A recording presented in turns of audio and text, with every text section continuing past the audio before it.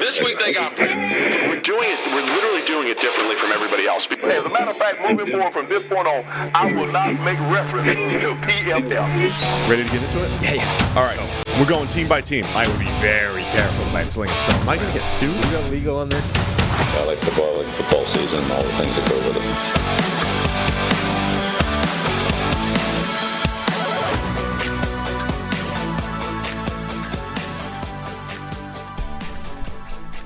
Welcome into the PFF NFL podcast. Steve Palazzolo, Sam Monson. We're live on a Monday morning. Sorry, that was really loud. If you're wearing earbuds, I apologize. I screamed into your ears, but I'm excited. It's Monday morning. It's 7 a.m. We're going head-to-head with Good Morning Football, Sam. And we're talking all things week 11 in the NFL. Sounds good. Good. That's all I got. Oh, great. Yeah. All right, let's get into the football. Uh-huh. Let's do it. We got a lot of football to talk about. So we've got all the 1 o'clock games from yesterday. We do. And I have no idea where I was going to start. Perfect. So let's start Jacksonville Jaguars 34, Tennessee Titans 14. I'm almost, stunned at how quickly we got into this. Jags with the win here, bouncing back from last week against the 49ers, go to 7-3. Titans fall to 3-7. Do you have any initial thoughts coming out of this game? It was just a big bounce-back game for Jacksonville. Obviously, they got fairly well handled and embarrassed, I guess, by San Francisco the week before. They showed this week, they're still a good team. This has now happened to a couple of teams where they've been just absolutely wrecked by the 49ers and bounced back and showed they can still beat other sides. Jacksonville's defense, like the game, the Titans scored a couple of times in the second half and made the game look closer than I think it was. This was a fairly conclusive beatdown by Jacksonville on both sides of the ball. They did really well on offense. Their defense was murdering the Titans' offense. And then Tennessee scored a couple of times and made it look, reasonably respectable. But this was a pretty conclusive destruction. Yeah, the Titans ran something like only 12 plays in the second half and only ran 38 plays for the game. So if it was one of those, if you were watching a lot of different games and you looked up, the Jags probably had the ball. Trevor Lawrence with a really nice game as well. I went back and rewatched everything that he did. It was interesting. It felt like Lawrence was trying to play on the high difficulty setting. Everything he threw was like, let me throw this far hash deep out. Let me throw this far hash, really tight window sideline throw. And a couple of those were his only misses. Man, I thought we had the headshot good. But Lawrence, couple really nice plays. One of the key ones was a 4th and 4 in Titans territory. He scrambles out, rolls out, draws the coverage, turns it into a 34-yarder. Had a nice touchdown in the back of the end zone, avoiding pressure, putting it up there. Really nice anticipation, deep out, showing off the arm. Like I said, high difficulty level. But I think that, Lawrence played well. And then the key here, you could tell it was like a throwback to week 1 here. The Jags were trying to get Calvin Ridley involved. Get him involved in the run game as well with a trick play, but 7 catches for $103 for Calvin Ridley and 2 touchdowns. He had disappeared for quite a while when it looked like he was going to be this, number 1 receiver, but he was back yesterday, part of the action. Yeah, some really nice plays from him. It was interesting. Jacksonville weren't just content to look at the matchup on the offense and defensive line and say, our pass rush is going to win. We're going to get home. We're going to cause problems for Levis. They were blitzing him as well. And not just like sending an extra guy, like they were sending 6 or more rushers at times. And every time they did that, the Titans had no answer for it. Even when they had the number of blockers, they just weren't able to pick it up. Levis didn't have anywhere to go with the ball. It was just rough. That pass rush caused problems. Even though multiple players on the Titans' offensive line actually did okay, the combination of the rushers and the blitz just screwed them. There was one play that I wanted to clip and send it to you, but it looked like an absolute, just car crash in the middle. They had both Josh Allen and Trayvon Walker loop inside, but they also blitzed off the edge too. So it was like a 6-man rush, and everybody just it was like bowling pins in the pocket right in front of Levis on one of the sacks. It's a great view from the end zone. But yeah, you're right. I mean, there's a couple plays. They only blitzed Levis 7 times, but 2 of those became sacks. And yeah, I mean, Levis and the Titans just couldn't get anything going. So this was the Jags defense bouncing back as well. Remember, we've talked all season. They've been, I think, better than advertised, really stout against the run. Really tight coverage on the back end, great linebacker play. Everything that wasn't there last week against the 49ers was back. Foye Olakun, Devin Lloyd at linebacker both played really well. So a lot to like, again, from a Jags perspective, that they could bounce back here. And now they're becoming the team that is going to be annoying to predict. Like they should win these games, and they've done that. They've won these games and won them handily, where they're the better team, but still kind of want to answer that question about beating the Chiefs and beating 49ers caliber teams going forward here. And of course, we got an official thick six. Mike Golick Jr. Defensive tackle Jeffrey Simmons gets himself a receiving touchdown. The Titans, it was just funny. They're down by a lot, and we have the DeAndre Hopkins touchdown is like a trick play throwback to him. And then Jeffrey Simmons been playing fullback and tight end for quite a bit for the Titans, and it's like setting this up for the fourth quarter in a blowout. It's funny. I tweeted the play, and somebody replied being like, God bless that defensive back for trying to make a tackle anyway, like right at the goal line, sort of forlorn hope. Guy launches himself into it. Some guy, defensive back wearing number 23, launches himself, tries to strip him away. Only number 23 isn't a defensive back. It's a 230-pound linebacker getting made look like a child trying to bring down Jeffrey Simmons at the goal line. So, yeah, he's a big man. Yeah, Simmons, he's a stud. Will Levis, again, from like a Levis perspective, there was a point in the game where the numbers looked horrible, and at the end of the day, he's averaging 9.3 yards per attempt and 2 touchdowns because of the Hopkins and the Simmons touchdowns. Yeah. He only had 17 dropbacks. He was 13 for 17. Yeah. And so there was not much to evaluate there, and it's a very weird box score for a team that was down the entire time. Levis only having, the 17 dropbacks and a couple sacks. They just got shut down on third down. Like every time, I don't think he played badly, but he just didn't have much to do because every time they got to third down, they couldn't keep the drive going. Right. So that's it, man. 34-14. Jags moved to 7-3. Still, you've got the Texans hot on their heels in the AFC South, but the Jags still, if they're looking upward, looking at the Chiefs, big game tonight with Kansas City, the Jags are still in that mix for first seed, second seed at the top. Yeah, everybody is. Nobody's of course, everybody. running away with it. Yeah, everybody. Hashtag in the hunt when it comes to the number 1 seed. Well, as a parent, you've had to learn so many new skills to provide for your family: how to do copious amounts of laundry, meal plan for even the pickiest eater, and now how to protect your family's financial future. Well, Fabric by Gerber Life provides an easy one-stop shop for your family's financial needs, offering high-quality term life insurance policies plus other financial solutions in one easy online hub. Fabric was designed by parents for parents to help you get a high-quality, surprisingly affordable term life insurance policy in less than 10 minutes. Fabric has flexible policies that fit your family and your budget, like $1 million in coverage for less than $1 a day. Get your personalized quote in just minutes and then apply when it's convenient for you. It's all online and on your schedule. You can go from start to covered in less than 10 minutes with no health exam required. So join the thousands of parents who trust Fabric to protect their family. Apply today in just minutes at meetfabric.com/PFFNFL. That's meetfabric.com/PFFNFL. meetfabric.com/PFFNFL. Policies issued by Western Southern Life Insurance Company, not available in certain states. Prices subject to underwriting and health questions. All right, man, going around the league here. I'm looking for those East Coast teams to discuss here. So New York Giants, 31. Washington Commanders, 19. Tommy DeVito, his first win as quarterback of the Giants. They move to 3-8. Commanders fall to 4-7. After we're talking up Sam Howell and he's turned a corner and everything. Not a great game from Sam. And it was, I don't know if we weren't expecting it to be like this, but it was the sack fest. Sack off? Or sack off, as you like to say. Tommy DeVito sacked 9 times officially. Sam Howell just 4 times. Just 4. Yeah. No, Howell had a bad game. There was at least 4 teams yesterday that really seemed intent on throwing the game away on offense. Like, Washington had 2 fumbles and an interception really early in the game. They then fumble away the opening kickoff in the second half.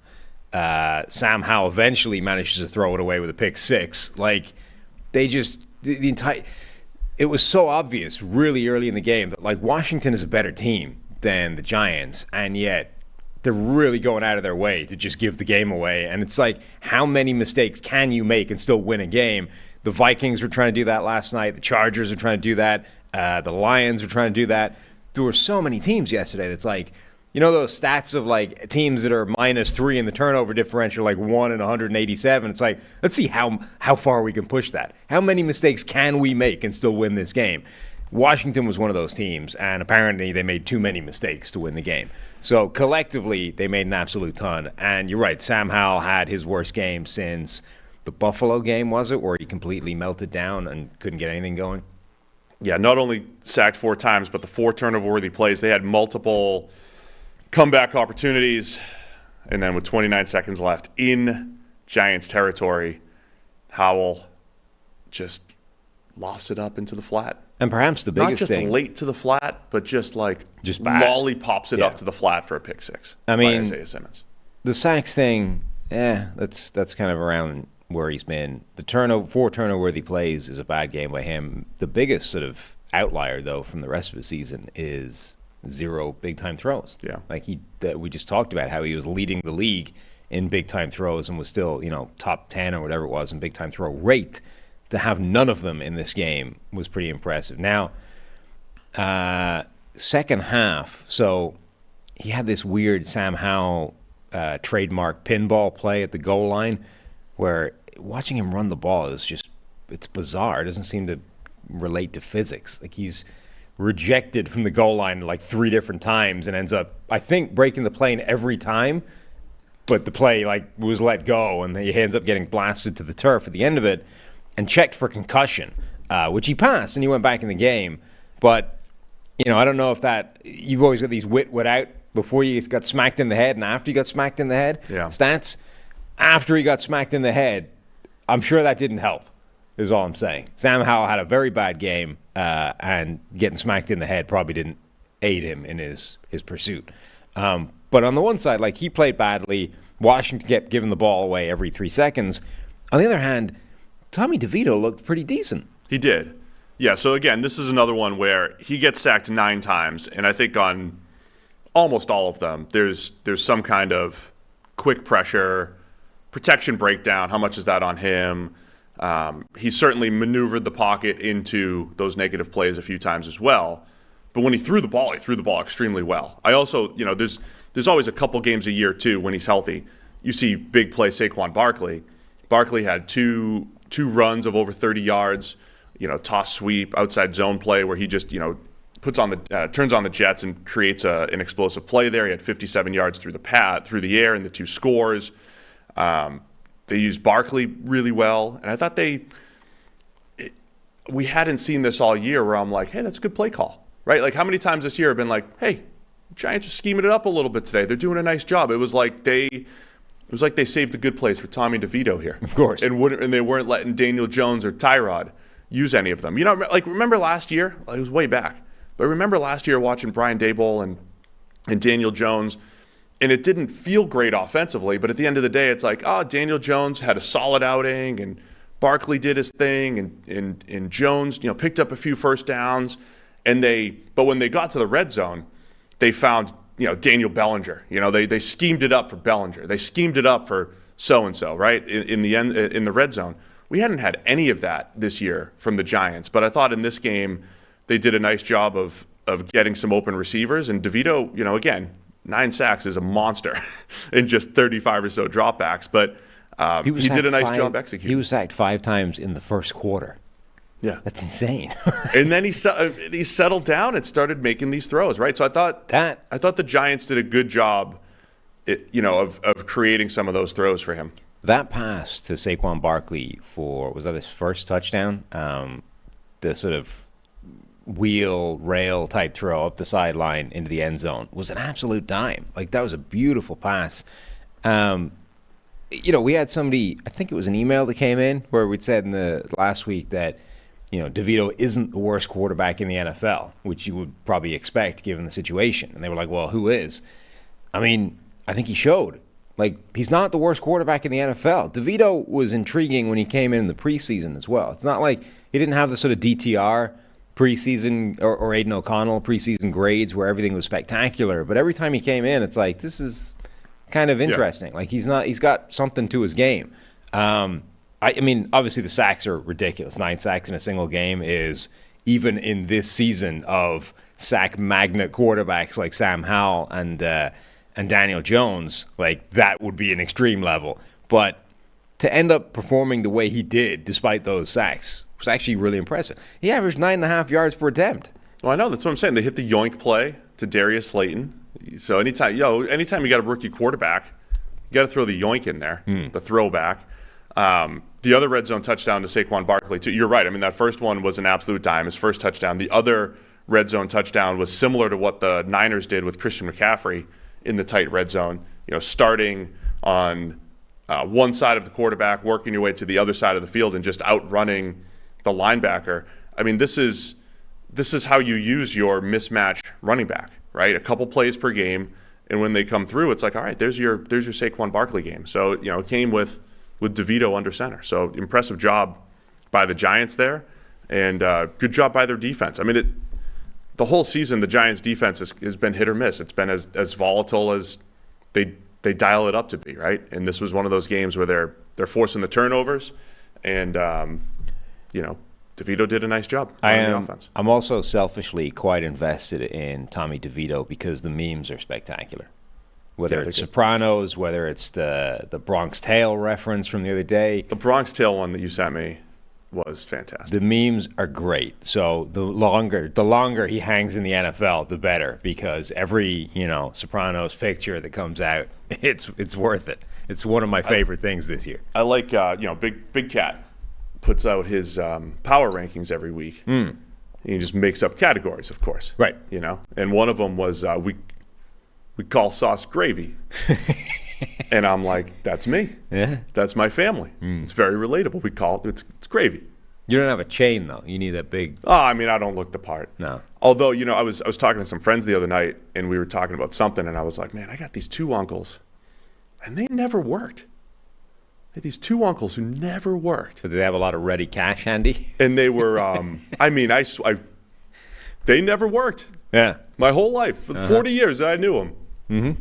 No jobs. Always hung out at the club. Yeah. Downtown, and nice suits. One uncle, I used to go watch the Super Bowl at his house every year, and he's like, he knew where the action was. I'm like, wait, we connected? They're dead now. But yeah, suspicious. Oh no, they just got old. Okay. No, they just got old. Right. But trying to relate to Tommy DeVito here a little bit. But Sunday gravy, Sam. It's gravy. I mean, I was just making a meme reference. You appear to have connected him to the mob in the last 5 minutes.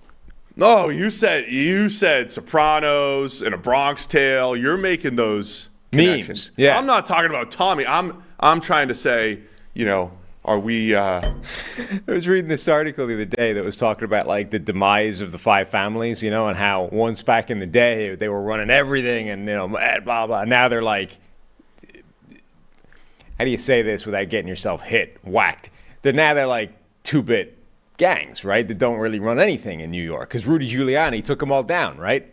It's just all one back in the day they're running everything. They're Teamsters, blah blah. Now they've got Tommy DeVito in the NFL. That's what they're.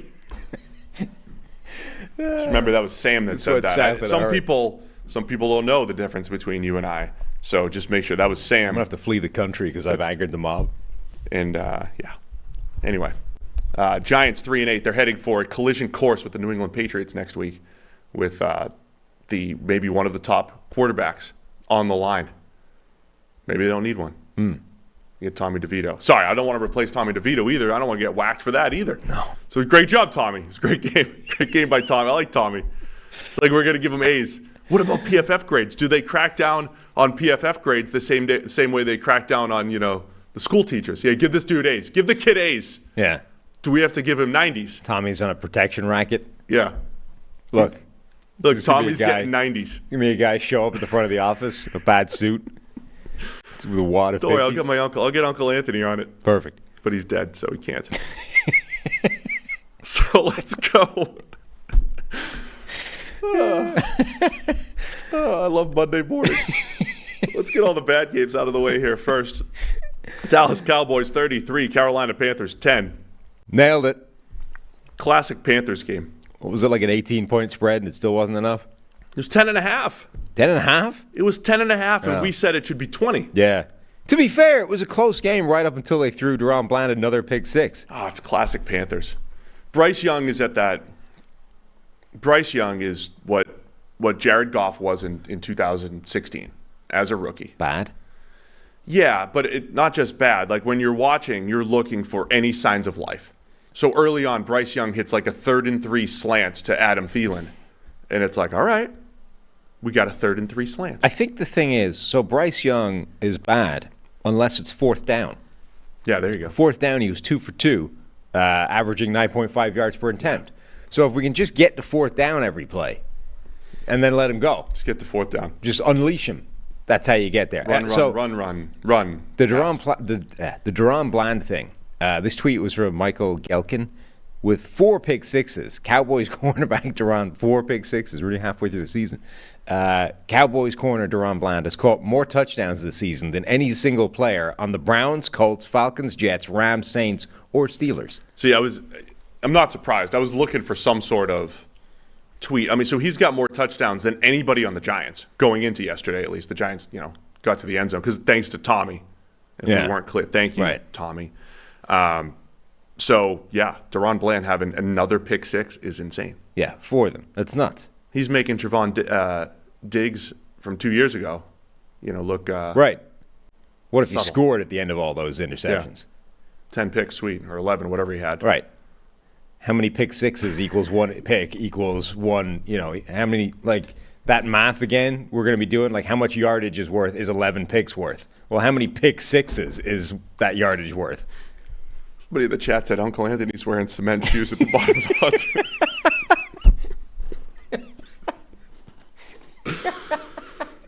I hope my family's not listening.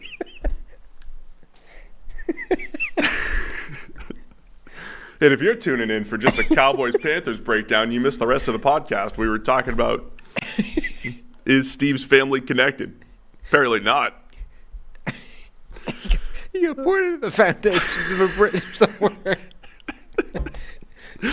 It'd be in the Boston Harbor, by the way. Not in... He was part of the Big Dig.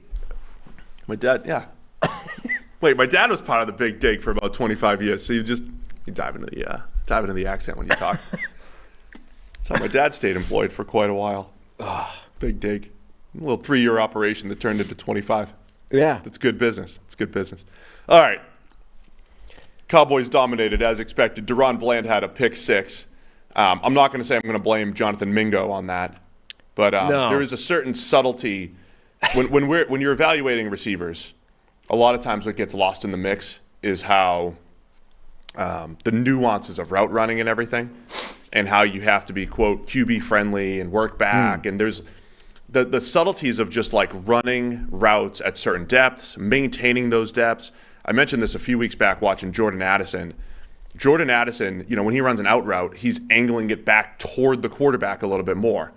Like if you run it exactly as it is on the chalkboard, a lot of times you're leaving room for the DB to cut you off. And Mingo doesn't seem to have those subtleties, whereas a guy like Jordan Addison kind of does. So like when we're looking at Mingo as this other option that's going to emerge here for the Panthers, there's a reason why it's just Adam Thielen right now. You don't have these other receivers. Mingo's not there yet. You don't have these other receivers for the Panthers who know how to get open and are QB friendly in how they run routes. Yeah, I mean, I've made this point to you over the last couple of weeks. He's starting to remind me of Tyler Johnson, the Minnesota college wide receiver who was drafted by the Bucs. I don't even know where he is now, somewhere in the NFL still. But when you watch him, like he was the kind of guy where a lot of fans were always clamoring for him to get more involvement. Like, he's a great player. In college, he was amazing. Like, he's got ability. Give him the ball more. And it's like every time there was a mistake in the offense, you couldn't necessarily pin it on Johnson, but he was always there, right? He was always in the vicinity. It's like, I can't prove that this is your fault, but you always seem to be there when mistakes are being made, which in itself is suspicious, right? It's like that thing of, if you've had an argument with 4 different assholes this morning, you're the asshole, Like if you're always where the mistakes are, you're probably the guy making the mistake. If you're always arguing on Twitter, yeah. It's not them, it's you. Right. Mingo is reaching that level at the moment where it's like, I can't pin all of these on you, but it is immediately suspicious that you are always there when these mistakes are occurring. So, yeah, and I don't know if that's a thing that you fix, right? Like Tyler Johnson, I think that was this kind of terminal problem with him and is why he's not a bigger part of any NFL offense. But, Mingo, it's year one. It's too soon to write him off. But, yeah, I definitely, that was part of that pick six, is he just kept running on a straight line across the field and Bland undercut him and picked it off and took it back. And that, it was a reasonably close game up until that point, and then that just blew the doors off it, and that was gone. From a Dallas perspective, Dak Prescott, another clean game. I think at the end of, Dak's going to be getting MVP hype, and he's playing extremely well. Yeah. He's playing better than any quarterback in the NFL right now, especially now that Joe Burrow is hurt. Dak's playing great. It's still going to come back down to, at the end of the season, do they beat the Eagles in the rematch? Are they going to beat these, the best teams that they play? But as we mentioned, Dallas has done a great job piling on. And I thought early in the season we didn't have a great feel for the Cowboys offense. When they were dominating, it wasn't just because of the offense. It was because Deron Bland has a pick six every 2 weeks. And their pass rush is relentless, and they always turn the ball over. But now it's the offense, right? They're spreading the ball around. They're getting everybody involved. It's not just CeeDee Lamb. Dak has thrown, it does seem like when they get into the high red zone, they're throwing that seam route this year quite a bit. It's like another really nice throw and catch. Yeah. I remember four or five of them already this season where Dak is throwing a seam from about the 18, 20, 22-yard line. This time it was rookie Loon Schoonmaker who on the receiving end, but that has been a staple of Mike McCarthy's offense this year, and Dak's executing that extremely well. He threw the ball well again in this game. So the only other thing I wanted to highlight is the mismatch of Dallas's pass rush against Carolina's pass blocking. It's another potential record breaker here for futility when it comes to the pass blocking grade. We've had a few of these this year where we've seen the Giants and the Panthers have one of the worst pass blocking grades as a team that we've seen in recent years. I think this is going to be up there as well. Micah Parsons had 2.5 official NFL sacks, 3 sacks for Micah Parsons, from all over. They moved him around, and man, he just looks like a strong safety coming off the edge sometimes, but with power. Yeah. It's absolutely incredible how fast he is. So yeah, the Panthers had no chance, man, up front. They had no chance. And as much as we want to talk about Bryce Young's evaluation, he has little chance, especially in this type of game behind this offensive line. Yeah, and this was far from the worst Bryce Young game, I think. He didn't play particularly well, but it was a game he didn't have much of a chance in, and there were, those signs of life. It was a rough game for them, and one that, as we said going into it, they probably didn't have much of a chance. Dallas, it's a weird situation for them because most of their season doesn't really matter. It's unfortunate for them. We know they're going to be quite good. We know they're going to make the playoffs. And then the question just becomes, can you beat those good teams in the playoffs that have traditionally beaten you? So we're going to have this whole season where games like this they're basically irrelevant. We know they're going to win. We know they're going to win by double digits.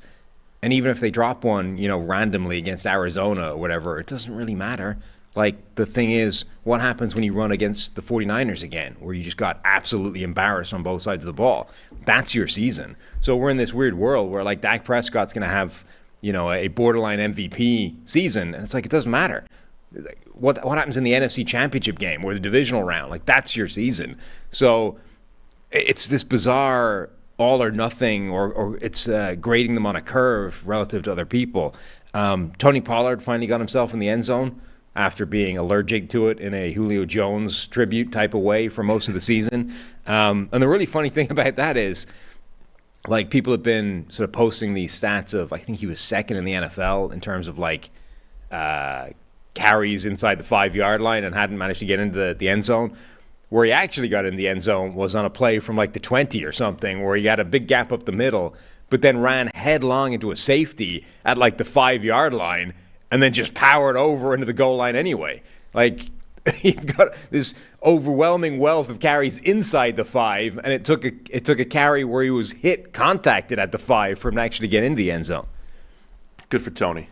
Good for Tony. Getting into the end zone. 33-10. Dallas moves to 7-3. Panthers 1-9. Still looking at giving the Bears that number 1 overall pick. The Frank Reich retake control of the offense thing didn't necessarily go that well. Unless the plan is to just get them in 4th down every play, in which case that's your offensive strategy. Yeah, it's again, I don't know how you call plays, especially against this Dallas pass rush. I don't know what you're gonna do. All right, let's go. Cleveland Browns 13, Pittsburgh Steelers 10. Browns move to 7-3. Steelers fall to 6-4. Low scoring game all throughout, of course. But you had Jaylen Warren, who's going to be a topic of conversation. Jaylen Warren, who was declared the starter this week by the Steelers, breaks off a 74-yarder. There was a point in the game where the Steelers had all of their yards, basically, on that 74-yarder. Forget just the Steelers. He was the only thing functioning on offense in this game for most of it, for both sides.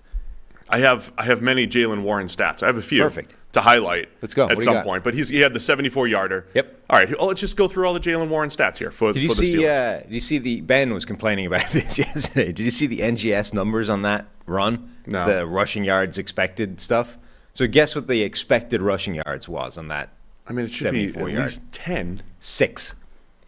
He's out in space. Yeah, but there's an unblocked linebacker. It was fascinating, trying to work out what it's actually factoring in, right? So at the point where he's getting the ball, there's a completely unaccounted for linebacker heading in his general direction. No, I guess I am. Which I think it was assuming the tight end was going to come off and grab hold of. And then Ben has identified essentially this idea. So Ben is like, well, if they're not factoring in that linebacker, the expected yard should be like 25. And if they are, it should be nothing, right? Where's 6 coming from? And then he managed to sort of freeze frame this moment where there's like a cut up towards the sort of B or C gap somewhere, not all the way to the outside where the space ends up being. You know, like there's your 6 yards. And then they end up, getting onto the outside and he's gone. It was Newsom, I think, had a shot at him. And then once he missed that shot. Yeah, I've said when it comes to the expectation models, I mean, I guess I kind of get it. You got somebody unblocked. 2 people I wanted to mention on that play, in addition to Jaylen Warren making the amazing things happen. Miles Boykin, of all people, was the receiver escorting him all the way down the field. Like, Boykin made a hell of an effort to get in front and make sure nobody could chase him down. And then the other guy from the other side of the field, Calvin Austin, set like a top 5 miles per hour figure, not getting there to block, just to celebrate. Yeah, I was that's how you get your top speeds. Yeah. I was looking at it and I was like, oh, he's going to chase down. He's going to make a block. Like he's going to get to where Boykin was and make sure nobody could get there. No, he was just heading to the end zone to celebrate with Warren. I can kind of get this as 6. I also thought it was going to be a fun one for the Steelers narrative because Broderick Jones was out in front. So it's like, you run behind Broderick, you get 74 yards. I mean, he just kind of pulls out, half sets the edge. I mean, makes Denzel Ward go around him. Broderick actually did have a pretty good game. But so Jaylen Warren had 74 yards on this one run, the one touchdown that the Steelers scored. Steelers had 175 yards on their 56 other plays. That's 3.1 per play on their 56 plays, and then 1 play for 74 to Jaylen Warren. We had joked about, hey, the last time these teams played, the Steelers did nothing on offense and then had a 74-yard play or whatever it was. Yeah. Was this the Austin, George Pickens or the Calvin Austin one? I think it was Austin. But this is like the 3rd game this year where the Steelers did nothing on 98% of their plays and then had 1 big 70-plus yard play. Yeah. Jaylen Warren in particular, since Week 7, because I was looking up some Jahmyr Gibbs cutoffs in Week 7, and while I was there... They did get outgained again. Yeah, of course. I was just checking. Well, because the Browns had no offense. And they were still outgained. Yeah. So while I was there, I'm looking at, I was looking up some Jahmyr Gibbs stats, which are very good, and we'll get to. But Jaylen Warren's are even more fun. Since Week 7, Jaylen Warren is 2nd in the league in rushing yards. He's 1st in missed tackles forced, and he's 33rd in carries. So no one has forced more missed tackles than Jaylen Warren since Week 7. He's 33rd in carries to do that, and 2nd in rushing yards. This is Devin Achane type of stuff when Achane's healthy. So he was declared the starter, Jaylen Warren, and he ends up with fewer carries than Najee Harris. Najee has a 17-yarder, goes 12 carries for 35 yards, including a 17-yarder, which was basically a draw on 3rd and 1 million for 17, where the defense let him get that. So Najee was really like 11 for 33. Do the math. 18 yards. 11 carries for 18 yards, really. I mean, he really, it's hyperbole, but Jaylen Warren really was the only thing functioning on offense in this game on either side of the ball. And Mike Tomlin was asked after the game, like, should Jaylen Warren have been more involved? Like, do you regret, I think, not giving the ball more? Something like that, right? And he sort of came out with the usual steadfast, no, we make these decisions, like, these are what we thought this was the best way, yada, yada. Like, the standard, like, I have no regrets in anything in an offense that didn't function again. It's like, I find this quite difficult because on the one hand, it's very difficult, big picture, to criticize Mike Tomlin, right? The man is a wizard and gets significantly more than, in terms of results, than he has any business getting given where the team is right now. And does year on year, right? Like this idea of never having a losing season. There is something to that. So big picture, culture-wise, whatever it is that Tomlin does in that building works overall. On the other hand, we're going on, a year and a half, 2 years now of a non-functional, bad offense. So at what point should you not be defending this and making some changes that are more radical than bringing the bad coach down from the booth, right? Because that's been the change so far. Right. It's like, well, clearly booth to sideline didn't make the coach magically fix everything, right? So should we be looking at something more fundamental as a shift? Or from Tomlin's perspective, is it like the only thing we have going for us is this siege mentality, us against the world, like dig in, boys, we're going to get it done anyway. And as soon as I erode that by saying, actually, there's a problem inside the building, the whole thing, like the whole deck of cards falls apart. Yeah, it's a tricky one, right? Because I feel like most people are, the way that you would say it is, hey, Mike, almost everything you're doing is great. Keep everything you're doing. The compliment sandwich? Yeah. There's just a couple decisions you're making here, right? Offensively, what we're doing, a couple players here and there, just a couple decisions. If we could just get those better, we'll be okay. But still be the guy that, elevates the team and, gets the most out of the squad and goes 9-8 when you really should have 5 wins. And you're doing a great job of that. Just, pick a better play caller. That type of thing. I think that's what people are expecting. I just think that's the kind of stuff that's very difficult to gauge from a coaching perspective because it's completely intangible and completely internal, right? Sure. Like these are the ways I think these things are probably quite a large part of why teams win or lose over the course of a season. It's that culture stuff. It's how the building feels. It's how going to work in a morning feels for every single player. And it might not have any actual connection to like rational decisions that are made about the team. So everyone from the outside is looking at this and going, there are obvious problems that have quite easy solutions, or at least solutions that need to be tried in order to make this thing function. But from Tomlin's point of view internally, he might be, if I make this change, my magical quality on this thing immediately disappears. And therefore I can't make the change no matter how obvious it is that I need to make it. And like the only thing he can do is hang on to the offseason and make the change that should have been made last offseason. Kenny Pickett, another pedestrian stat line and outing, 15 of 28 for 106, 3.8 yards per attempt. Is this yards per attempt Agami? I don't know. Both attempt Agami. I don't think that's a thing. Well, it is now. Both quarterbacks averaged exactly 3.8 yards per attempt. When you're watching this game, Sam, did you feel that? Yes. Definitely felt it. So you had some Jaylen Warren stats. Did you know that Kenny Pickett now has the lowest touchdown rate in NFL history?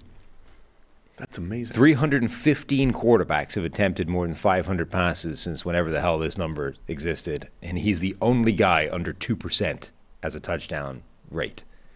Yeah, I don't want to, Tommy DeVito's got as many touchdowns as Kenny Pickett this year. That's a bad touchdown rate. Bad. He also go ahead. I mean, Pickett hasn't played well the last couple of weeks. He's not throwing the ball well. But the multi-year view of Kenny Pickett, I will still say I believe we do a good job of isolating the throws the quarterback makes. And when the grade, his grade isn't great, but it's far better than the production. Right. There's something going on schematically. And Trubisky was similar. Yes. Decent grade last year. This is the point I was about to make. Like, people are out there clamoring for Mitchell coming in to fix it. And you're like, it's going to look the same. It's going to look the same. It might look like there might be a couple of plays here or there where Trubisky plays a little bit more like Trubisky, but the outcome is going to be the same. This is going to be as inept with Trubisky at quarterback as it was with Kenny Pickett. We've basically seen this already in both directions. Like, they've changed a couple of times through injury or through just changing the depth chart. It looks the same. The problem is not the quarterback specifically. The problem might also be the quarterback. It's just tough to completely gauge it. And then the other big talking point in this game was early in the game, safety or no safety. Myles Garrett gets through the middle, another sack, gets hold of Kenny Pickett at the goal line, looked for all the world like a safety, not called a safety, and we play on. And when you see the replay, so it's one of those plays where you need to understand what the actual rule is, otherwise it's going to look like something it isn't necessarily. The actual rule for a safety is not like where the guy ends up. He was down 1.5 yards inside the end zone. Irrelevant. The rule is, where was the ball when contact was first made in the tackle, right? So essentially, where did forward progress stop? And the reason that's different from any other sack necessarily is because, the magic of the goal line and all those kinds of things, right? So what you need to do is essentially freeze frame it at the point of contact and say, where is the football? And when you do that, it's right at the goal line. So it might have been a safety, but it might not have been. And it's a razor-thin call. Like, the line, the shot they have is right down the goal line, but it's like from the pylon, and it's pretty difficult to tell if it was actually, either way they call it, I think, you wouldn't have been able to overturn it from the replay. So, could have been a safety, might not have been. It's not the egregious no call that it looked when you just run it live. Let's talk a little bit more about Myles Garrett. Okay. Because remember back in week 2, Myles Garrett wasn't even on the stat sheet in the game against the Steelers. Did nothing in that game. Yeah, we had him outgrading TJ Watt. We had to do a whole explain the grade and say, look, when we're grading the block interactions. And if you go watch the film, he was whooping Dan Moore. Dude, poor Dan Moore. At left tackle. Can we just get Dan Moore not going up against Myles Garrett, ever? And you highlighted this in the preview show as a matchup to watch. And there were a few comments that said, no, Sam, we don't need to watch this matchup. Dan Moore doesn't give up sacks against the Browns. It doesn't matter. Dan Moore is fine. And we said back in week 2, the sacks being on the left tackle, that's not the stat to look at. You look at the block interactions. So in this game, Sam, Myles Garrett almost had the same win percentage that he had way back in week 2. But this time, he got there fast enough to tackle Kenny Pickett for a loss, which is called a sack.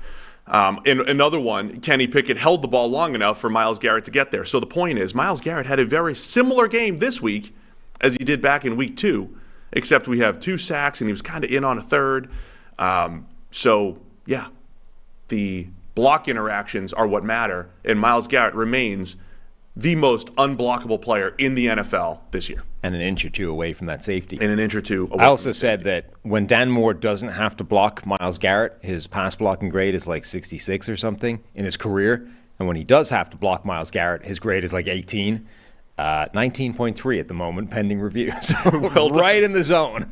Well done. So Myles Garrett dominant once again. So much so that in a year where the MVP race is wide open, there are some people saying, is this the first defensive MVP since Lawrence Taylor? On a team that has mediocre offensive production.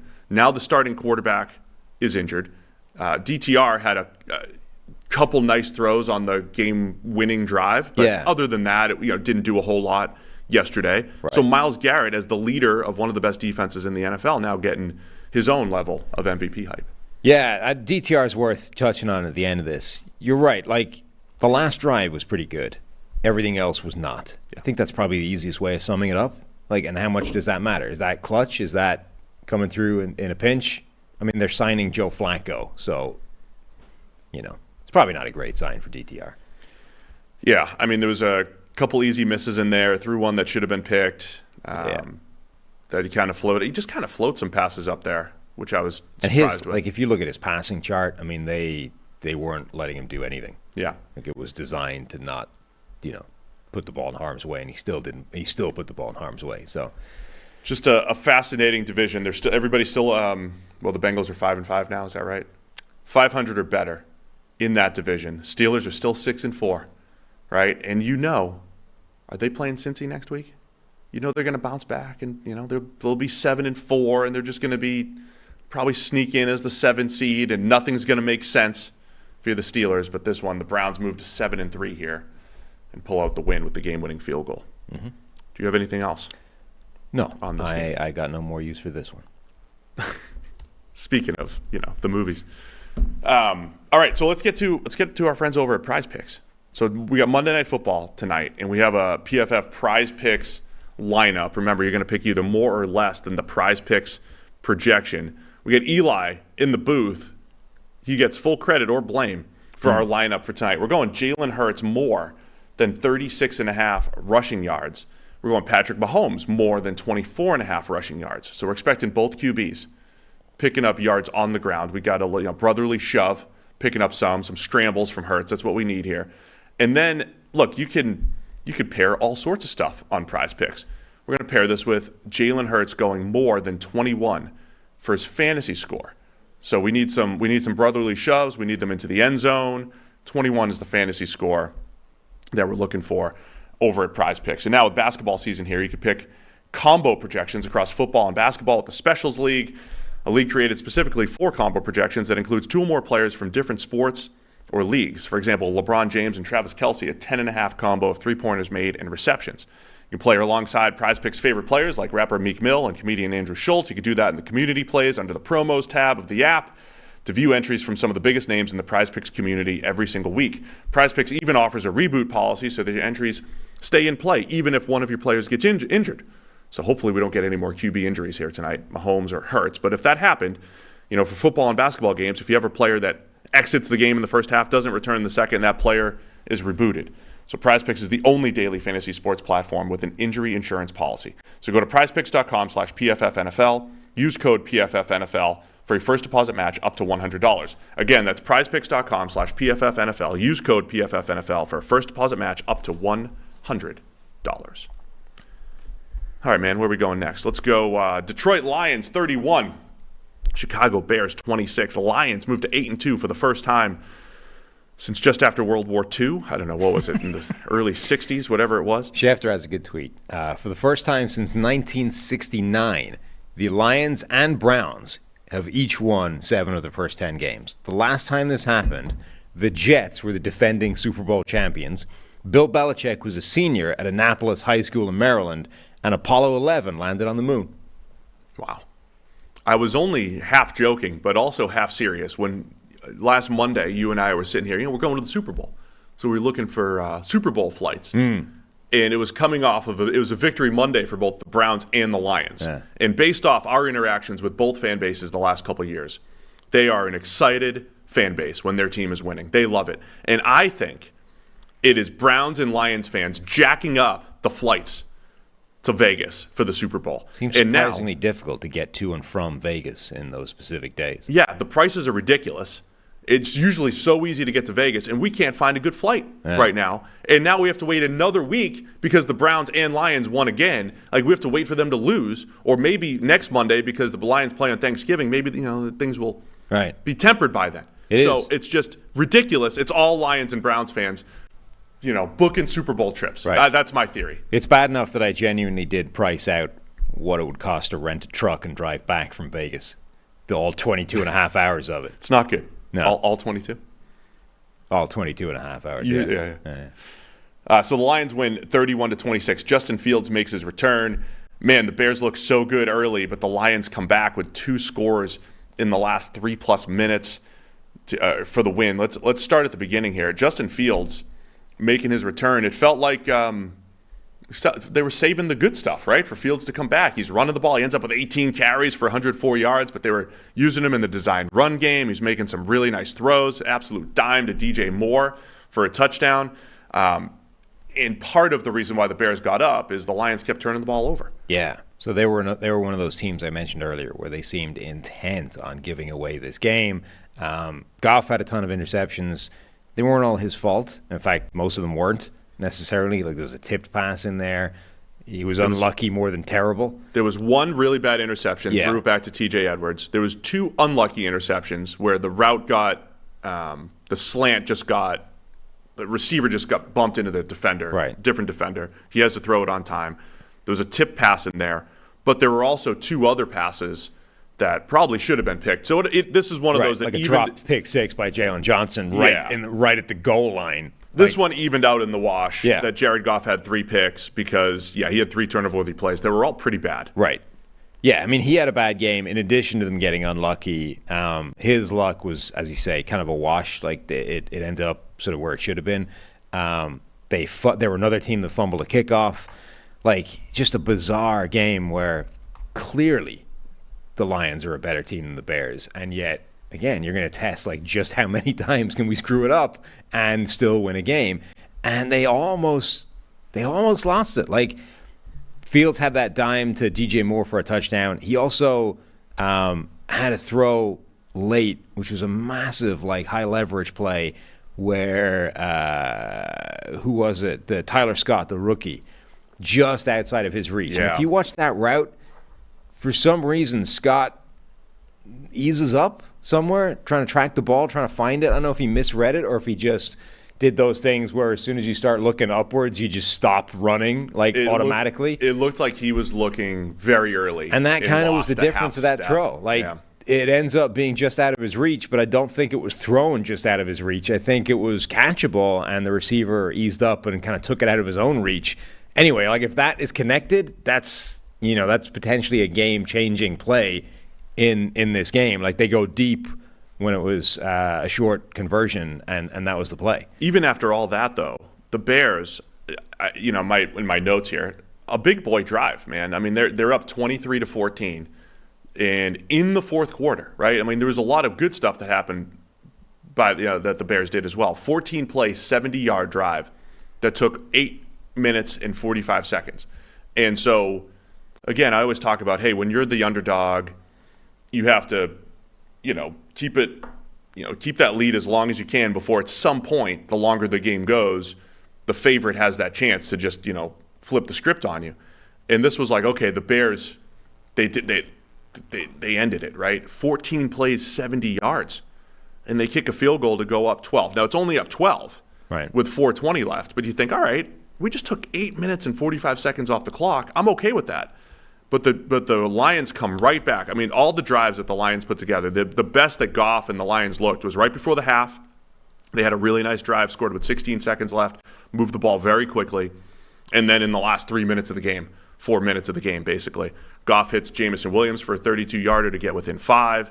And then they come back and score with 31 seconds left. David Montgomery. The final drive was fascinating, too, because it wasn't just, dink and dunk and chuck it around. I mean, they were running. David Montgomery had 2 10-plus yard runs on that drive. They were playing bully ball on this game-winning drive in their 2-minute drill as well.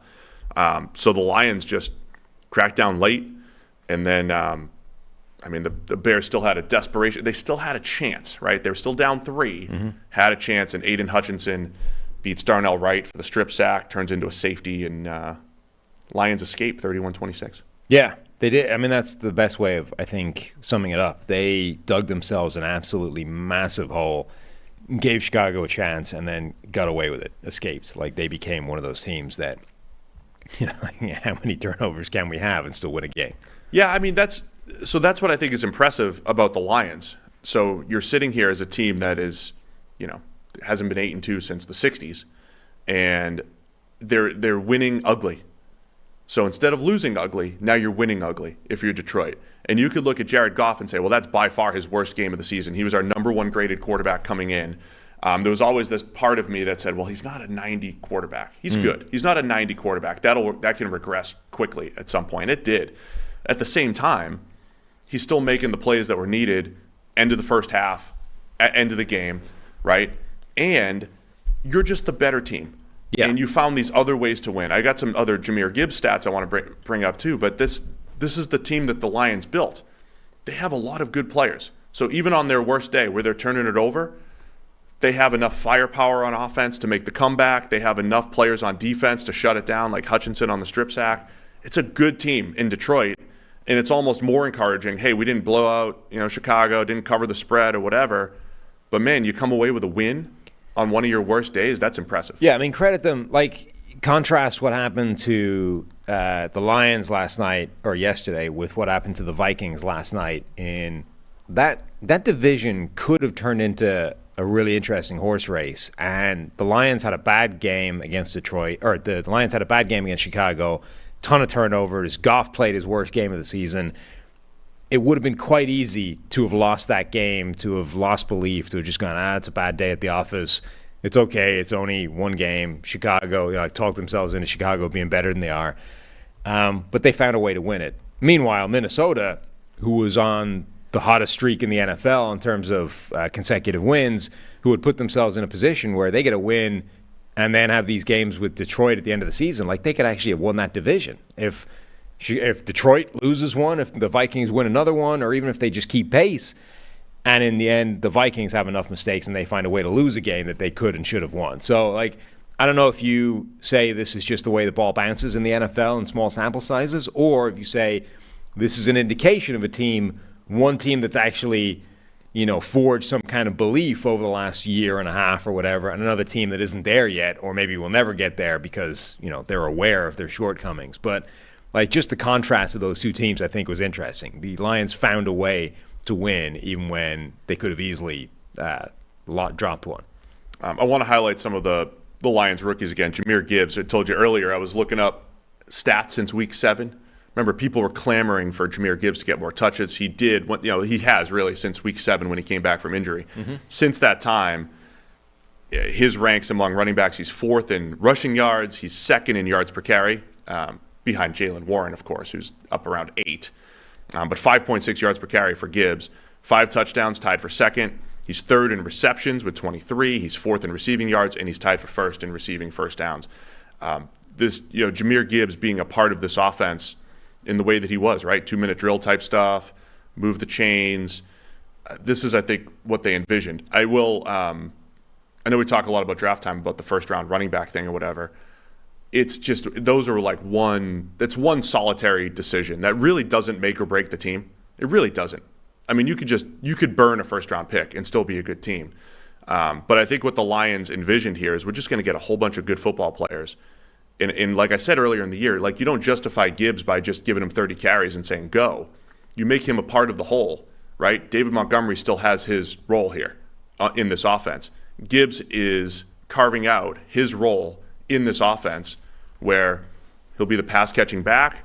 We're going to get him the ball in space. Some weeks he'll have more carries than others, but he's becoming a really good weapon for the Lions here. Yeah, I mean, the other element of that whole, draft drama about taking a running back high, et cetera, is by far the bigger mistake is going to be not getting good players versus getting good players, but at a non-optimal value position. If you spent the entire time drafting and actually if you nailed 100% of your picks, you just took the wrong position every time, right? You would be the best drafting team in the NFL. You would be the best team in the NFL. It wouldn't matter that you are spending all your draft picks at non-optimal positions because you are drafting at 3 times a better rate than anybody else in the NFL. So if the Lions, if the biggest criticism of that Lions draft is, well, they took a running back that high when they could have taken a pass rusher or a receiver or something else. If that's the biggest criticism, but they actually nailed every one of the picks from an evaluation standpoint and they're all good players, they won. They win that debate. Because the important part is getting the good players. So from that point of view, it doesn't matter that they took a running back at 8. Yes, it's suboptimal strategy, but if they hit the pick, it's still better than missing on a different, spot or batting a, 300 or whatever, batting a 33rd percent. One other person to highlight, speaking of rookies, Brian Branch. If you watch the game, he was everywhere. There were a couple bad plays in there, so I'll just get those out of the way. 2 defensive penalties by Brian Branch. He blew a gap in the run game and got destroyed by the center on a play. There were some bad plays in there by Brian Branch, but he made some unreal plays as well. Pass breakup at free safety, almost intercepted, but he was living in the backfield in the run game. The Bears kept using a ton of tight splits, so he was right there in and around the line of scrimmage. Wide receivers couldn't block him, and he was just a step faster. You always talk. there was a reason why Brian Branch was. I think both of us looked at him and were like, he's one of our favorite players in the draft because he just plays football really well. He just sees it, gets to where he needs to be, tackles extremely well, living in the backfield in this game. Outstanding in the run game, made that big play in coverage, like I said. So just wanted to shout out Brian Branch and what he's doing for the Lions. Even though it wasn't perfect, there were some bad plays in there that, you lose sight of when you're watching the game. So you might think he's going to have like a 90 grade or whatever, but man, he makes an impact for that defense. Yeah, he's still got a strong defensive It'll be a good Rookie of the Year yeah candidate. Yeah. So Lions move to 8-2, turn around quickly and take on the Packers here on Thanksgiving. Speaking of the Packers, 23-20 over the Los Angeles Chargers. Packers move to 4-6. Chargers fall to 4-6. Man, what a game! It was quite the witching hour yesterday. There was a lot of these 1:00 games coming to a head all at the same time. This one was back and forth in the fourth quarter. The Chargers scored a touchdown to go up with 5:29 left. In the fourth, they go up 20-16. But Jordan Love comes back, hits Romeo Doubs for the 24-yard touchdown. It was a game winner with 2:38 left in the fourth. Of course, that leaves plenty of time for the Chargers to make the comeback. But, man, they could not get out of their own way in this game. I tried to start listing all the Chargers' mistakes. I didn't get to all of them. No. But there was a lot of mistakes that weren't just, oh, there was a drop in the flat. These were like big swings here, massive swing type of mistakes that the Chargers made. Yeah, game-changing. I mean, Keenan Allen drops just a walk-in touchdown. That was on the list. Yep. In one side of the field, the announcer was blaming the sun. On one side of the field, they were like right at the tail end of the shadows, and that was where Keenan Allen drops that pass. There was another drop earlier in the same kind of area. I don't know if the sun was a factor, but it certainly was. You could see how that would be an issue given where the shadows were and where the sun was and where they were looking when those passes arrived. Maybe. Is that always the case in Green Bay, by the way? Because there's certain stadiums, like a certain time of year, you're used to seeing this certain sun pattern that might be in play. Dallas, of course, has it. I think New England has that in October and certain parts of October. I don't remember the sun being an issue in Green Bay, maybe because it's always cloudy. But I don't remember, like, the sun field in Green Bay in mid-November. No, but I think it makes sense in terms of the time of day, late setting sun during the sort of wintry months. It's going to be low and in your eyes. Like if you've ever driven, in those days where the sun is like right in front of you, it's right there. Like there's no way around it. So if that's somewhere where the ball is arriving, I get it. It may or may not have been a thing. Either way, like Keenan Allen drops just an absolutely disaster. It hits him in the chest, right? And there's nobody near him. It's a touchdown if he catches that. Quentin Johnson went full Troy Williamson late in the game. Just another well-thrown Justin Herbert pass. An open Quentin Johnston. Just disastrous. Drops it. So these are like game-changing drops by Chargers receivers, and those were far from the only mistakes they had. Yeah. So, yeah, I think the worst one was Austin Eckler fumbling early fourth quarter at the 2-yard line. After falling over, right? Yeah. Just like falls over, gets up, and then fumbles it away. So they had that. So they fumble it at the 2-yard line early fourth quarter. Early in the game, they had a 4th and 4, wide open over the middle of the field that was dropped, wide open. The Keenan Allen drop at the goal line on 3rd and 7 in the third quarter. Another kind of drop in the end zone. He had 3 drops in this game. Yeah. Keenan Allen. And he's still awesome. He was still awesome in this game. And he's been great this season. Like he's been their only real primary source because receivers have been going down. It's been Keenan Allen, nothing else. This was just a bad Keenan Allen game, even with 100 yards. And the Quentin Johnston one was probably, 40 yards plus. Yeah. I mean, he probably could have caught it and taken it to the house, but let's just give them, it was a 33-yard pass. Let's give them 40 yards on that. Right. On a game-winning drive opportunity. Yeah. I just did some quick math. We had 6 drops for the Chargers. If they just catch those 6 passes, we're looking at Justin Herbert going 27 of 36 for 337. Give him 3 touchdowns. No picks with all those drops. It just paints a picture of what type of stat line Herbert would have put together if the Chargers just caught the ball. And it would have been even better, to be honest. I'm not giving him any yak there.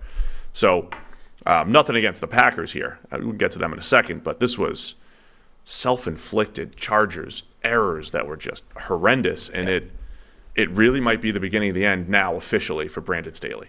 Yeah, It wasn't just this; it was the press conference after. Yeah, he had a very testy encounter with a reporter after the game, where somebody was asking again, from the sounds of it, "Are you going to be giving up play calling duties on the defense?" And he very pointedly said, "I will be calling the defense for all time here. Like, stop asking that question. I will always be calling the defense here." Which, They must ask every week. yeah, right. Which begs some follow-up questions like, will you be calling it better? You know, like, the defense has been terrible. Is that going to change? Is the point we're driving at here, right? Like, the reason we ask this week on week on week is because it doesn't get any better. So what is going to change if you're not changing? Like, that's the point we're asking here. The other thing in this game was just injuries everywhere. Joey Bosa goes down again in what looked like a pretty bad injury for him. Yeah. Aaron Jones got folded up on and looked like a bad knee injury for him. His replacement, Emmanuel Wilson, goes down almost immediately after that as well. Like, guys were just dropping everywhere. The leading rushers in this game, because of that Aaron Jones injury, it was Jaden Reed for the Packers. The wide receiver, of course, had a 32-yard end around to kick off the scoring for the Packers. But he led the Packers with 46 rushing yards.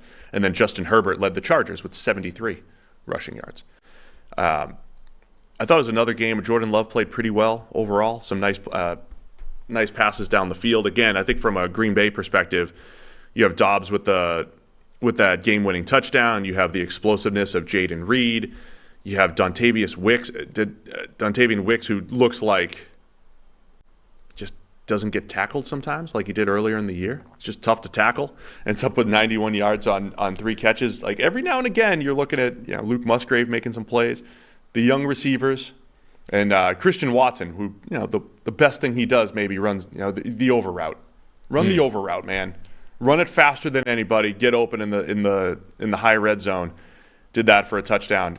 All those playmakers who are young and inexperienced, maybe starting to come together these last few weeks here. Yeah, I still feel like we're giving, and by we I mean the Packers, are giving Christian Watson a little bit too much credit, in terms of how much they're giving him playing time. Like, I think now other players are showing playmaking skills that are sort of demanding or requesting a bigger role in the offense. Like, Dontavian Wicks has been arguably their best receiver in the last month or so and got 14 passing snaps in this game. Christian Watson has done nothing all season and got 36 passing snaps, which led the team.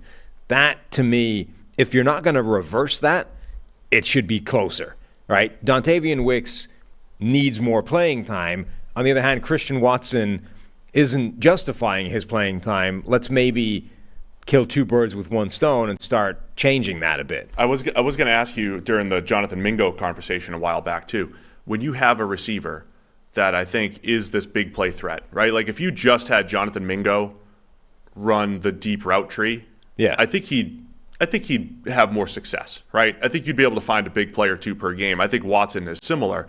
Do you take those guys and say they're not polished route runners, they're not good at this other stuff, but it's best for us to develop them? Yeah, if they hit, right, the upside is there. So giving Watson these reps here in a season where you're not going to make the playoffs, most likely. Yeah, like, I don't think the Panthers are helping Mingo in the same way they're not helping Bryce Young right now. Like, he's not being put in a particularly good position to succeed, in addition to seemingly being at the source of every mistake that happens on the offense. Like, again, with that offense, everything is bad. I don't know that the Packers are necessarily doing the same thing with Christian Watson. I just think, like, as you said, the best thing he does is run like a deep over route, right? That's not a guy that plays every snap of the offense, right? If that's what we're talking about as a receiver, that's a guy that only needs to play a third of the snaps on offense while somebody else handles the heavy lifting of the rest of the route tree, and then we can put you in and run your deep over and we'll get you a touchdown. But he'll always have that, right? He'll have that speed. You're hoping you're going to be able to polish up the route running a little bit, have him get open at the intermediate level and learn some nuances of the position. To me, that's my question, right? You play the long game with this guy that you already know he could be the Khalif Raymond. You already know he could be the deep threat. I just think for a few weeks now, we have seen this dynamic in this receiving core that suggests we need to change the allocation of playing time a little bit. Yeah, so I mean, I was impressed by, Love leads the comeback. I think he's played a little cleaner these last couple weeks, coming off his best little stretch here as a starter. Something encouraging, maybe to build upon here going into Thanksgiving, their game against the Lions. Joey Bosa getting hurt early, not great for the Chargers. Also, they moved the player to a new role, the star position. They wanted him in and around the action. He was, blowing up runs again, number 3 on the Chargers. If you guys aren't, privy to who the player is, but he was basically playing slot corner. Whether it was against Luke Musgrave or against slot receivers. So slightly different role here for number 3 on the Chargers, who remains, still good, but not having his best season this year.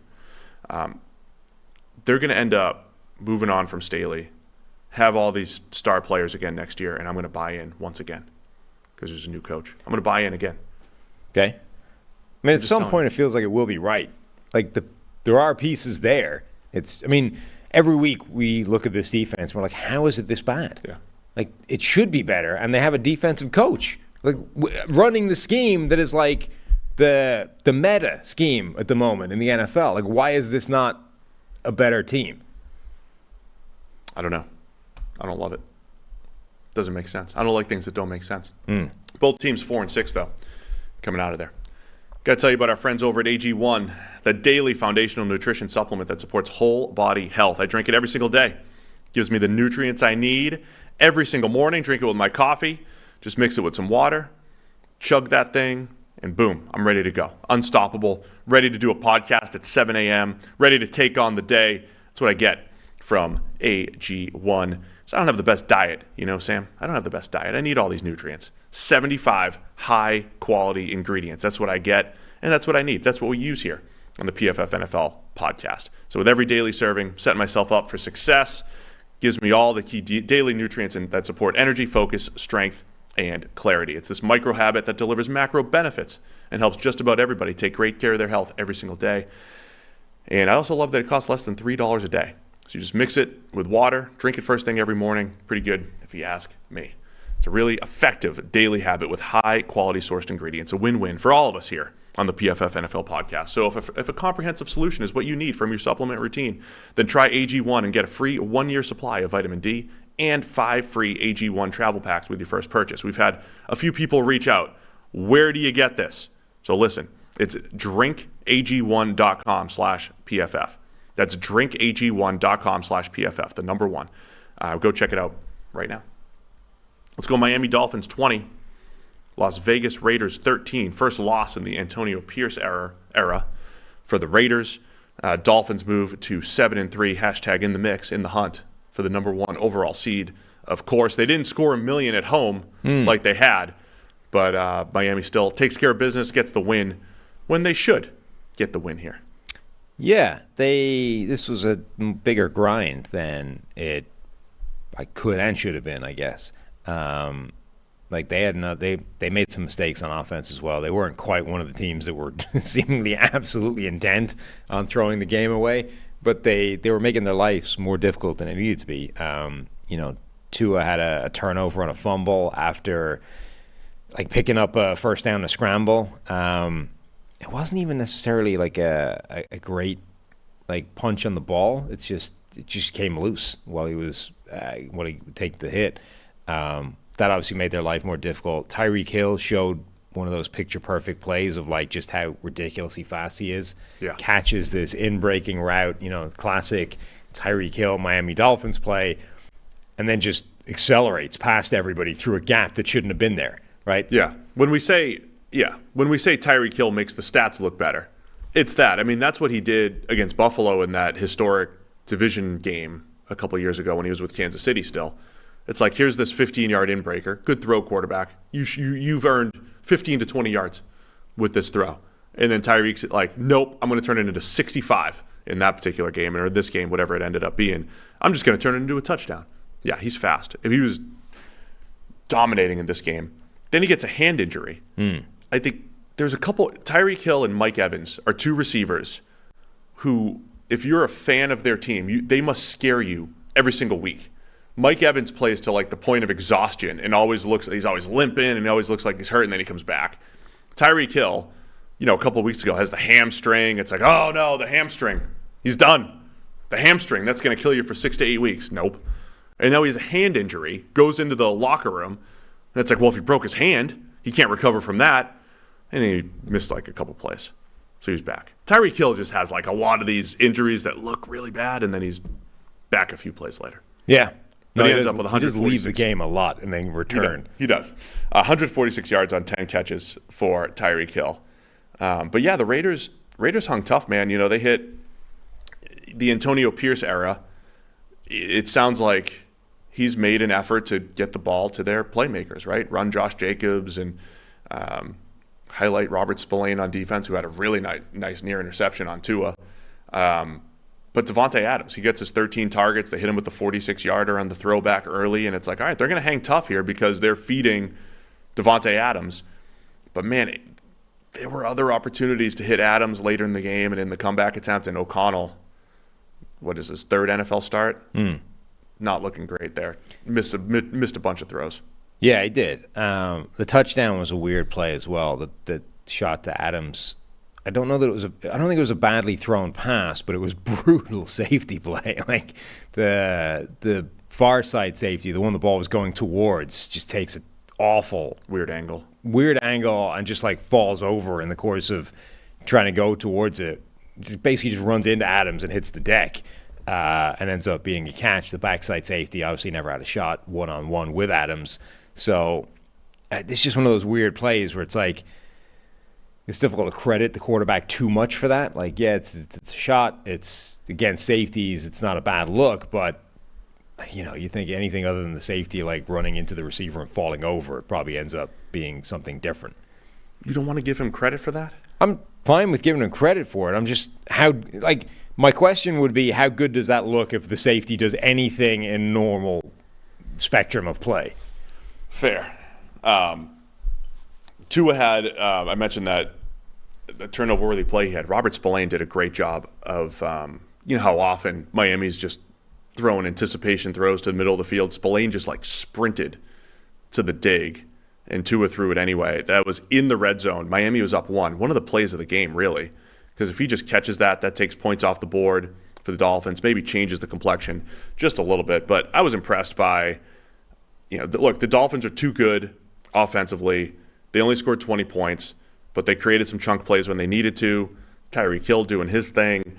Raiders really hung tough, but I thought they had some opportunities. And then Jalen Ramsey with 2 picks in this game. Diving interception, and then the one at the end, O'Connell kind of heaves it in their desperation mode, and Jalen goes up, high points it, lands on the ball, looks like he knocked the wind out of himself. I was feeling the pain through the TV.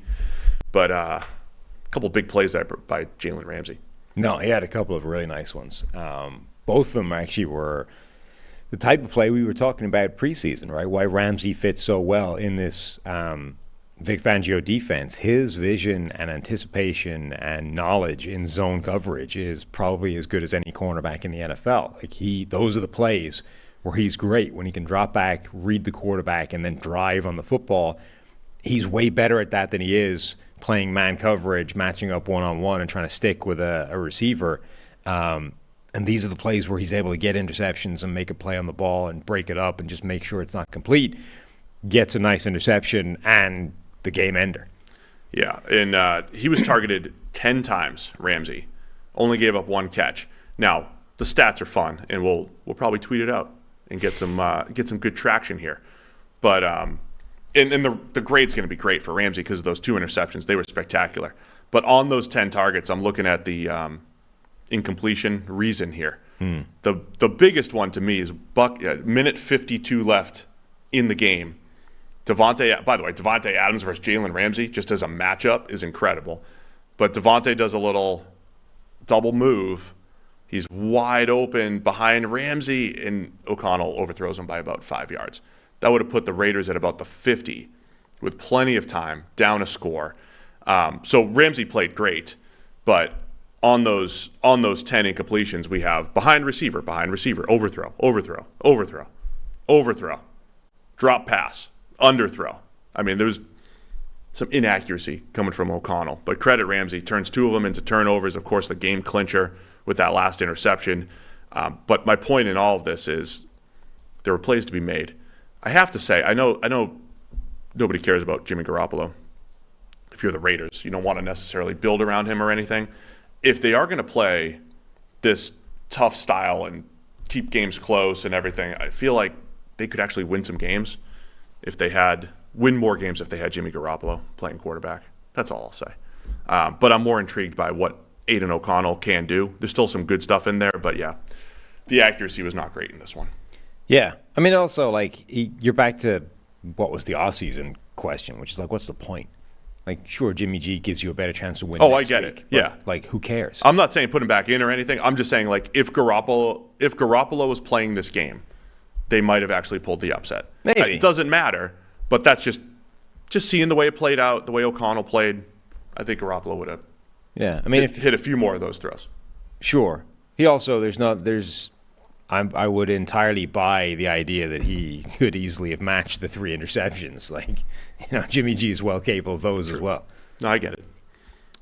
Anything else to add on this game? Devin Achane comes back 1 carry and then gets hurt again. Yeah. Not great. Yeah. I thought the only other thing I'll add, I thought Miami's defense did a really nice job. They bottled up Josh Jacobs. I think we mentioned in the preview show, if the Raiders are going to chase this 25 carry game or whatever for Josh Jacobs, he only ends up with 14 carries for 39 yards, 2.8 yards per attempt. Miami clearly was doing everything they could to stop Jacobs, make the Raiders one-dimensional, put the ball in O'Connell's hands, and they ended up doing that and coming away with the win. Good? Mm-hmm. Last of the 1 o'clock games. Houston Texans 21, Arizona Cardinals 16. Texans move to 6-4. Cardinals fall to 2-9, sitting there with the number 2 overall pick right now. And C.J. Stroud, another big game. Most of it in the first half, 290 yards in the first half. Only ends up with 336. He had 3 picks in there, Stroud. 2 touchdowns, 3 picks. A couple of them not really his fault.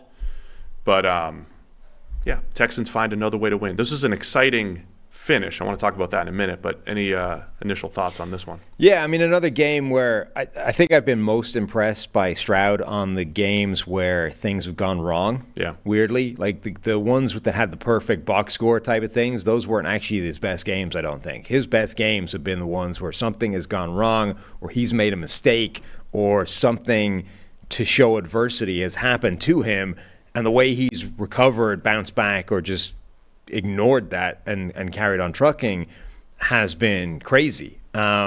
His touchdown to Tank Dell on that sort of scramble drill was literally uncoverable. What was really impressive about that was both players made exactly the same and correct adjustment at exactly the same time in a way that they didn't have to communicate. As soon as Stroud felt pressure and bounced out of the pocket, he starts pointing to Dell to bail on your route, go deep, right? He doesn't need to tell him because at exactly the same time, Dell has seen that his quarterback is in trouble and is bailing on the route and going deep. And then they just connect. He hits Tank Dell in the end zone for a touchdown. That's a great play. It's a great adjustment from both parts, both rookies. And the fact that they were on the same page adjusting at the same time bodes incredibly well for their connection, going forward. This isn't just 2 good players, 2 good rookies playing well. They're on the same page and intuitively making these decisions at the same time. The other thing that really impressed me, there was a blitz at some point that absolutely annihilated C.J. Stroud. He got hit by this free rusher, just buried on the play. He had to leave the game for a play. Davis Mills comes in. Comes back the next play. So he only leaves for 1 play. The next play, it's 3rd and 7. And he just fires, hits Tank Dell on the sideline, converts it, first down. You're like, that's a real, he got literally punched in the gut. Had to leave the game for a play. Comes back, welcome back to the game. It's 3rd and 7. And just drops back, fires, pinpoint pass to the sideline, keeps the drive moving. That's what's really impressive by C.J. Stroud. We're reaching this point now where the season starts, you're a couple of games in, you're like, well, how where is this transition point between your prior take and what you're seeing on the field now? Well, the longer you go, the more you have to start letting the current evidence take over. Stroud is looking better week on week, even if he's now had a couple of interceptions that weren't there earlier. Yeah, Stroud, you highlighted on that deep ball to Tank. Unbelievable. I mean, just the feel, as you said, to get to that point, but then 43 yards or whatever, 50 yards through the air, right where it needed to be. The throw itself was exceptional. The thing I'm seeing from Stroud, I thought early in the year, I was impressed with him just doing QB things, right? Getting to second reads, going through his progressions, always being ready to throw, his footwork. Like the simple stuff that I was like, all right, that's really good for a rookie. Now these last few weeks, he is making a ton of throws from really tight, congested pockets, a ton of them, where, and I don't think we saw this because he wasn't under pressure enough at Ohio State to really see this. He's making a lot of throws where he can't step into it. He's having to cut off his follow-through a little bit, and he's still putting the ball where he wants to.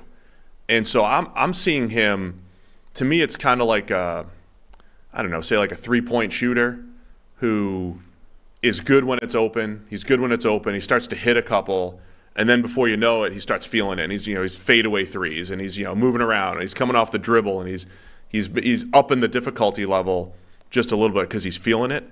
That's what I'm seeing from Stroud these last couple weeks. Just an incredible confidence to make all these throws no matter what's happening around him, where I felt like what we felt coming out of Ohio State was give him the clean pocket, give him the ability to step into it, he'll get it there. He'll throw that helmet high, boom. Yeah. But now it's like, I got a guy in my face, I don't care. I'm scrambling out, I don't care. I'm still making those throws. I've been so impressed with all of those pieces of his game starting to come together these last few weeks. I also there's something slightly comforting about if you look at his interceptions. So there was the one that hit his receiver in the hands, it gets bounced up and it ends up being an interception. Those are just kind of unlucky plays. But if you look at the other two, they are they're quarterback fault interceptions. They're not good throws. But if you sort of remove the defender from the picture, each one of them is going to hit his receiver in the hands and be a well-thrown pass. There's something comforting about even a bad decision or a bad forced throw. It's an accurate pass, right? He throws accurate interceptions, huh? Well, I just think that there's something slightly better from a building block fundamental standpoint than this throw. Jordan Love throws some interceptions where the ball is off by a location, by a couple of yards, and that's why it's an interception, right? It's a bad decision, and it's a bad throw, and it's just bad start to finish. The Stroud thing, this was just sort of pushing boundaries too much, right? The first one in the end zone, he's throwing in an accurate, well-thrown pass to Nico Collins in the back of the end zone, which laterally is splitting two defenders perfectly, and he just doesn't either. I think he sees him. He just doesn't appreciate what that underneath defender can do in terms of dropping underneath that. But you take that guy away, it's going to hit Nico Collins perfectly in the hands. I think that's a positive aspect of a bad throw, a bad decision. And then the other one, the same thing, the out route to Dell, I think it was. Guy ends up jumping that, getting underneath it. That's going to be a well-thrown pass. There's a certain element of comfort, I think, to those throws that even the bad decisions are laser accurate. I don't have the same takeaway on the end zone one. I guess I kind of get it on the deep out. But yeah, 2 of the 3 interceptions on Stroud. Another one that was a little unlucky. But once again, plays a very good game. On the other side, I think if you're a Cardinals fan and you wanted your team to win, and I don't know if you do. If you're a Cardinals fan, you might want the draft pick. You're looking at all the missed opportunities. Arizona had a 4th and 3 where they picked up 2 yards, missed it short, missed on 4th and 4. And then the last 2 plays of the game, man, those were fun. I mean, this game was 21-16, forever, right? What was the last score? The last score was with 2:57 left in the third quarter, 21-16. And that score held, by the way, it was a 5-point spread for the Texans. Good job, man, in Vegas. But the last 2 plays of the game, I just love this. Remember a couple of weeks ago, I think I was talking about how third down's like a completely different football game sometimes. So Arizona's driving down for the win, and they a couple zone coverages. Kyler hits some underneath passes, and then third down. And D'Amico Ryans, with the game on the line, up 5 is like, I'm going all-out blitz on 3rd and 8. So they look completely different than the previous couple plays. 3rd and 8, all-out blitz. You get a batted pass from the blitzer.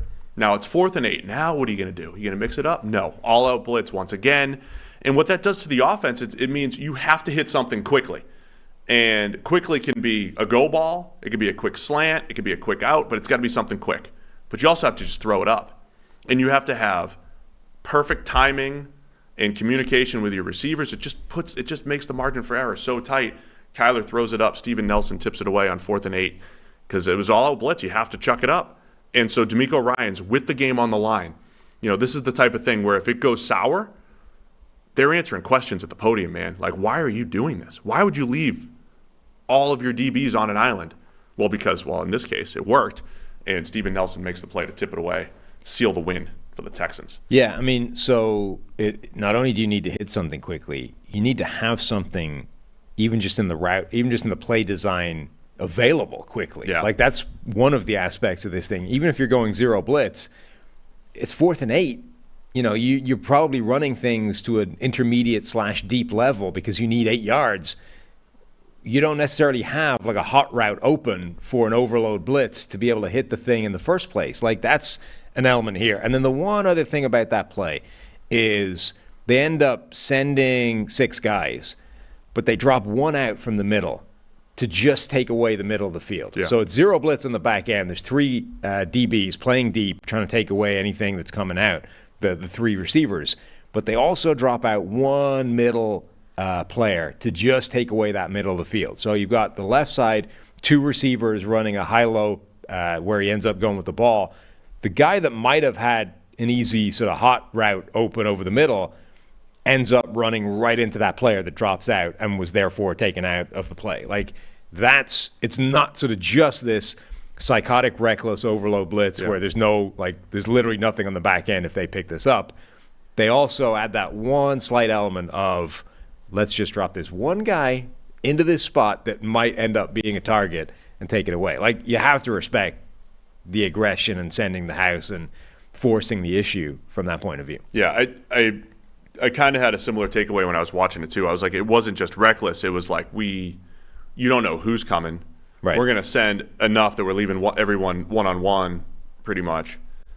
But we're going to take at least one thing away, right? And they did a really good job of that. And they did the same thing, the 3rd down as well. And this You one, don't know who's dropping, who's coming, whatever. Yeah, I think it was Cashman, but this one, he does that thing where he actually starts going and engages the guard and then drops out, where you sort of you make them commit to the one player, even if he's not actually there. Like, part of this whole chess match of blitzing is the offensive line trying to figure out what they're picking up and what they're not. That gets exponentially harder to do if the player is actually going to force you to engage in him first before he drops out. Like, normally, as soon as a player drops, the offensive line reads that, and that can change the blocking assignments, right? Everybody can adjust from that point on. If that player is going to take 2 steps towards you, like punch your chest before he even thinks about dropping out, now you can't adjust because you've already committed to that guy. You can actually create this overload even whilst dropping out. Last thing I want to highlight here, Derek Stingley came back a couple weeks ago for Houston. Gets beaten badly by Rondale Moore. By the way, that first touchdown by Arizona, Kyler Murray to Rondale Moore, 48-yarder, shot play. Beautiful play. And Rondale is a deep threat, which hasn't been used so much. Using Rondale, as a deep threat, which was great. I mean, Stingley kind of jumped the in-cut there, and Rondale took it deep, and Kyler hit him. That was a beautiful play. Bad play by Derek Stingley, but he comes back with a really nice interception on a deep ball, had another pass breakup on an in-cut. I think Stingley's emergence, right? We're talking about the Texans. And Devin Singletary running the ball again effectively for Houston. It's not just C.J. Stroud.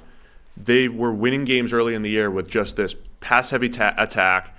The defense, feistier and feistier, rounding into form. Stingley getting healthy. The running game coming. The Texans are rounding into a more complete team right now. Looking good.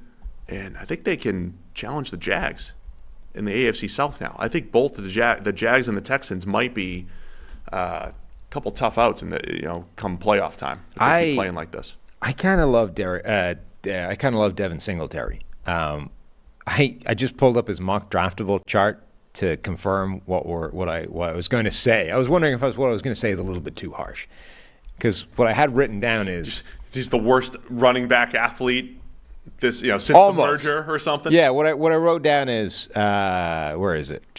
Love Singletary. 0 physical tools. Just makes the right move at the right time. And you pull up his mock draftable chart, and it really is 0 physical tools. The best thing he has going for him is a 56th percentile vertical leap.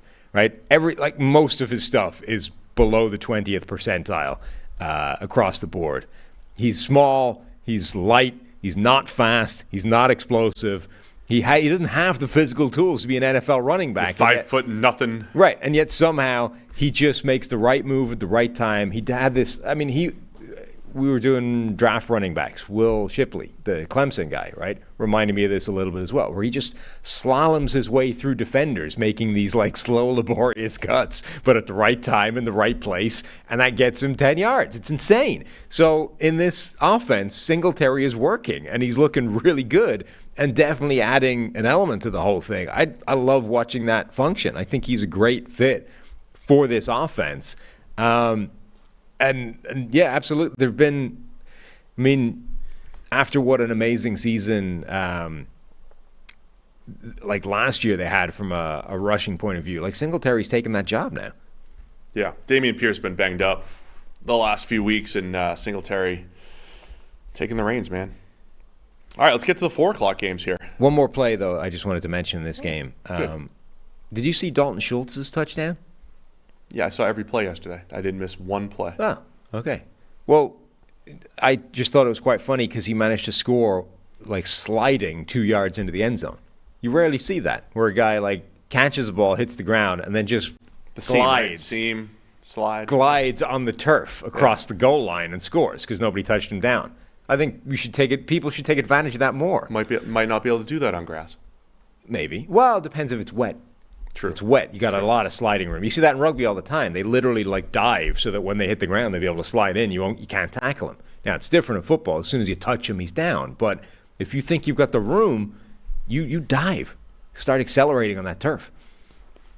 No, you could teach people a lot of things about rugby and how to use the turf a little bit better. Yeah. All right, we're making great pace. There's only 4 games left. We're going to get out of here by 9:15.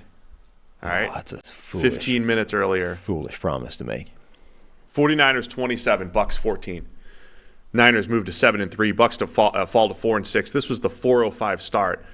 This game was fast. Before you know it, it was halftime. But Bucks hung tough, but the Niners are just too good, man. Second straight week, this offense looked back to form. Brock Purdy, I don't know if you saw this, but Brock Purdy set a modern record or whatever for best passer rating over a 2-game stretch. No, because remember last week against the Jags, we said, hey, this may have been Brock Purdy's best game. Yeah. This is another game that was up there, right? He had a perfect passer rating. Perfect passer rating, 21 of 25 for 333, 3 touchdowns. 49ers quarterbacks with a perfect passer rating. The list now reads Joe Montana, Steve Young, Brock Purdy. Yeah. Not necessarily in that order. No, in fact, the Steve Young came first, ironically, in 1989. Oh, before Montana's, yeah. Huh? Interesting. So Purdy with the 158.3. Yeah, man. 13.3 yards per attempt. Actually, I haven't checked whether Montana did it twice. That's just the last time Montana did it. So maybe he had a perfect passer rating previously to that. Oh, maybe. Did it before Steve Young. But he certainly, that season, 1989, had both of them having a perfect passer rating at one point. So now I think we're getting to the point. 3 more big-time throws, by the way, for Purdy. Yeah. Remember that thing we sort of pointed out? None through the first 2 weeks and 2 last year. All of a sudden, he's creating 2 or 3 a game. So Deebo Samuel back, Trent Williams back, and everything is fixed for the 49ers. But, yeah, one of the big-time throws hitting Brandon Ayuk on the deep ball. Ayuk turns it into a 76-yarder. You have Deebo Samuel with 3 catches for 63. George Kittle had a huge game. But, man, those playmakers were just open all day. Purdy did a great job hitting them. We're getting to the point now because, again, I believe PFF grade tells a story. And when Jimmy Garoppolo was grading at 72, 73 and averaging 8 yards per attempt, it was all right, That's Kyle Shanahan. I mean, just not even using PFF grade. You have one of the lowest average depths of target and one of the highest yards per attempt. Something's happened here out of the quarterback's control. But now, the last couple weeks in particular, you have Brock Purdy playing better, right? And this is what I think people wanted us to acknowledge a little while back. He's a 7th-round pick. He just completed his 17th start. He's just now played a full regular season of football. So was he just kind of like operating the offense and statistically getting elevated by everything around him? Sure. I think that was true. And now you have him taking a little better care of the football the last couple weeks. You have him making a few more big-time throws. And this is what can make the Niners all the more dangerous. You still have Kyle Shanahan. He's still scheming up a wide-open touchdown to Christian McCaffrey in the tight red zone. Great play. But now you have Brock Purdy adding some big-time throws to the mix, and this is what makes the Niners really scary. Yeah, it's the combination. There was a 2-play sequence that I think perfectly encapsulates what this offense is. So it was a pass to George Kittle and then that touchdown pass to Brandon Ayuk. So the Kittle pass is second and 9 from the 49ers 3-yard line, right? And they draw up a play and actually there's a third element to this as well, but they draw up a play where it's like fake outside zone run to the right. Kittle coming back across the formation is literally uncovered, wide open, complete coverage bust. He catches the ball at the 3-yard line, the line of scrimmage, and there's nobody within 10 yards of him. He gets whatever that is, 10, 15 yards of wide open space, runs into it. So that's a nothing throw from Brock Purdy, right? All he has to do, it's a one-read play. All he has to do is look up, see that there's literally nobody covering George Kittle, dump the ball off him. It's a throw you or I could make, and it's an easy first down on 2nd and 9, backed up by your own goal line. So that all the credit pie that we talk about, right? Giant slice of that pie to Kyle Shanahan, tiny sliver of it to Brock Purdy.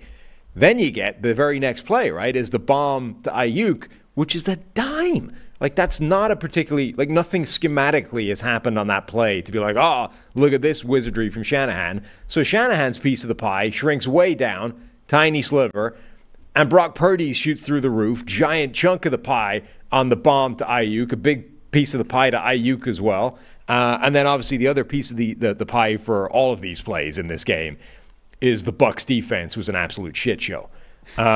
So, like, this is the thing with the 49ers. It's not one or the other. It's both of them either working together, which makes the play unstoppable, or like taking turns, right? On this play, you give me a cheat code offense play, and I'll just hit the easy thing and we'll pick up a first down. And then, hey, take this one off. I'm just going to fit a dime into a tight window and we'll score a touchdown this way. This is what makes the 49ers terrifying. It's that both of these things are now good. It's not one carrying the other anymore. They're both working in concert, and that's horrifying for everybody else. In addition to the players running the plays, right? How many times was Brandon Ayuk open over the middle? Purdy's good timing, accuracy. There's, second window dig routes there. There's on time against man coverage. Purdy sees the middle of the field extremely well. So it is that combination of the way he's operating this offense and having all those playmakers. And when they're all together, man, it is scary and dangerous. And look, even Garoppolo didn't have a whole lot of everybody together last year between injuries, right? There was always somebody missing. And that happened during their 3-game losing streak. But they're all back now. If they stay healthy, see what the Niners can do here, man. It's been a long time. I mentioned the Bucs defense being a shit show. It's been a long time since I've seen a defense have that many wide open complete coverage busts, like so many in this game. Brock Purdy played great. It wasn't all Devin White. Yeah, it wasn't all just him. Certainly some of them. Brock Purdy played great. Kyle Shanahan's scheme was great, but this defense was a mess. Like, Brock Purdy and Baker Mayfield were playing different sports yesterday. Right, Baker Mayfield did not have the same picture or anything like it that Brock Purdy was dealing with at any point in the game. It seemed like every time Mayfield completed a pass, it was into like blanket tight coverage, and he just managed to get the ball into a tight window, and then sometimes didn't manage to get the ball into the tight window, threw it to the DB or whatever. But like almost every play Brock Purdy's hitting, the guy's open. Like, it's a completely different world. Those numbers aren't in yet, but I would be fascinated in the average receiver separation number for either offense in this game.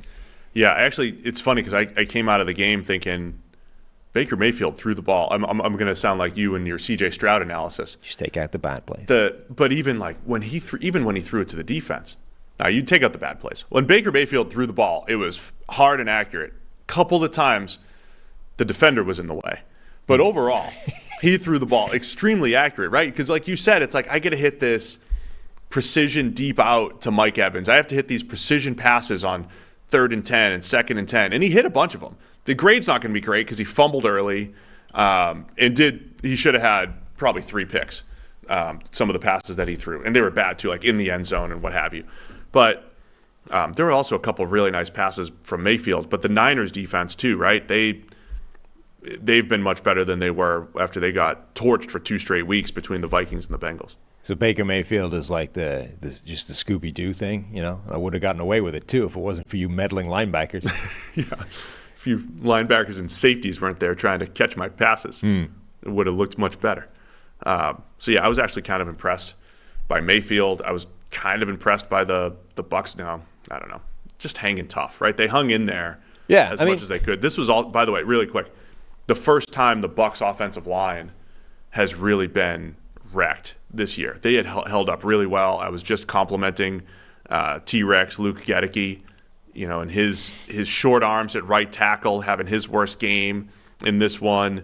They had their issues up front. Even Tristan Wirfs. Now, he had a bad ankle. He ends up giving a sack, but they gave up some pressure yesterday. Yeah. I mean, when you factor in like how badly beaten in several different areas they were, it's actually remarkable that this game was in any way close whatsoever. Like the difference in wide open receivers that the quarterbacks had, the fact that the 49ers pass rush was absolutely destroying that Tampa Bay offensive line. Like it shouldn't have been even vaguely close, and they were at least able to hang tough for most of the game. I'm with you on this enigma that is Vita Vea too, right? Like every time I look up while watching the game, I'm like, Vita Vea has just deposited somebody 7.5 yards into the backfield, and he'll end up with a 68 grade or whatever. It's like, why are you not grading at 98? Yeah. When I feel like you just move people whenever you want. I don't understand. If you can make it look that easy in any play ever, why are you not able to do that more than twice a game? I don't know, man. I genuinely don't understand why he's not more dominant than he is. Like, I honestly don't. I can't even come up with a suggestion that makes any damn sense. Like, it can't be a workload thing. He doesn't play that much. Like, what the hell is it? From a Tampa Bay perspective, they moved to 4-6, but there's upcoming schedule. Like, there's a lot of opportunities here. At the Colts, home against the Panthers, at the Falcons, at the Packers. So that's 3 out of 4 of their road games, but obviously all winnable. The best record that they're playing there is the 5-5 Colts. Still have the Panthers twice on the schedule.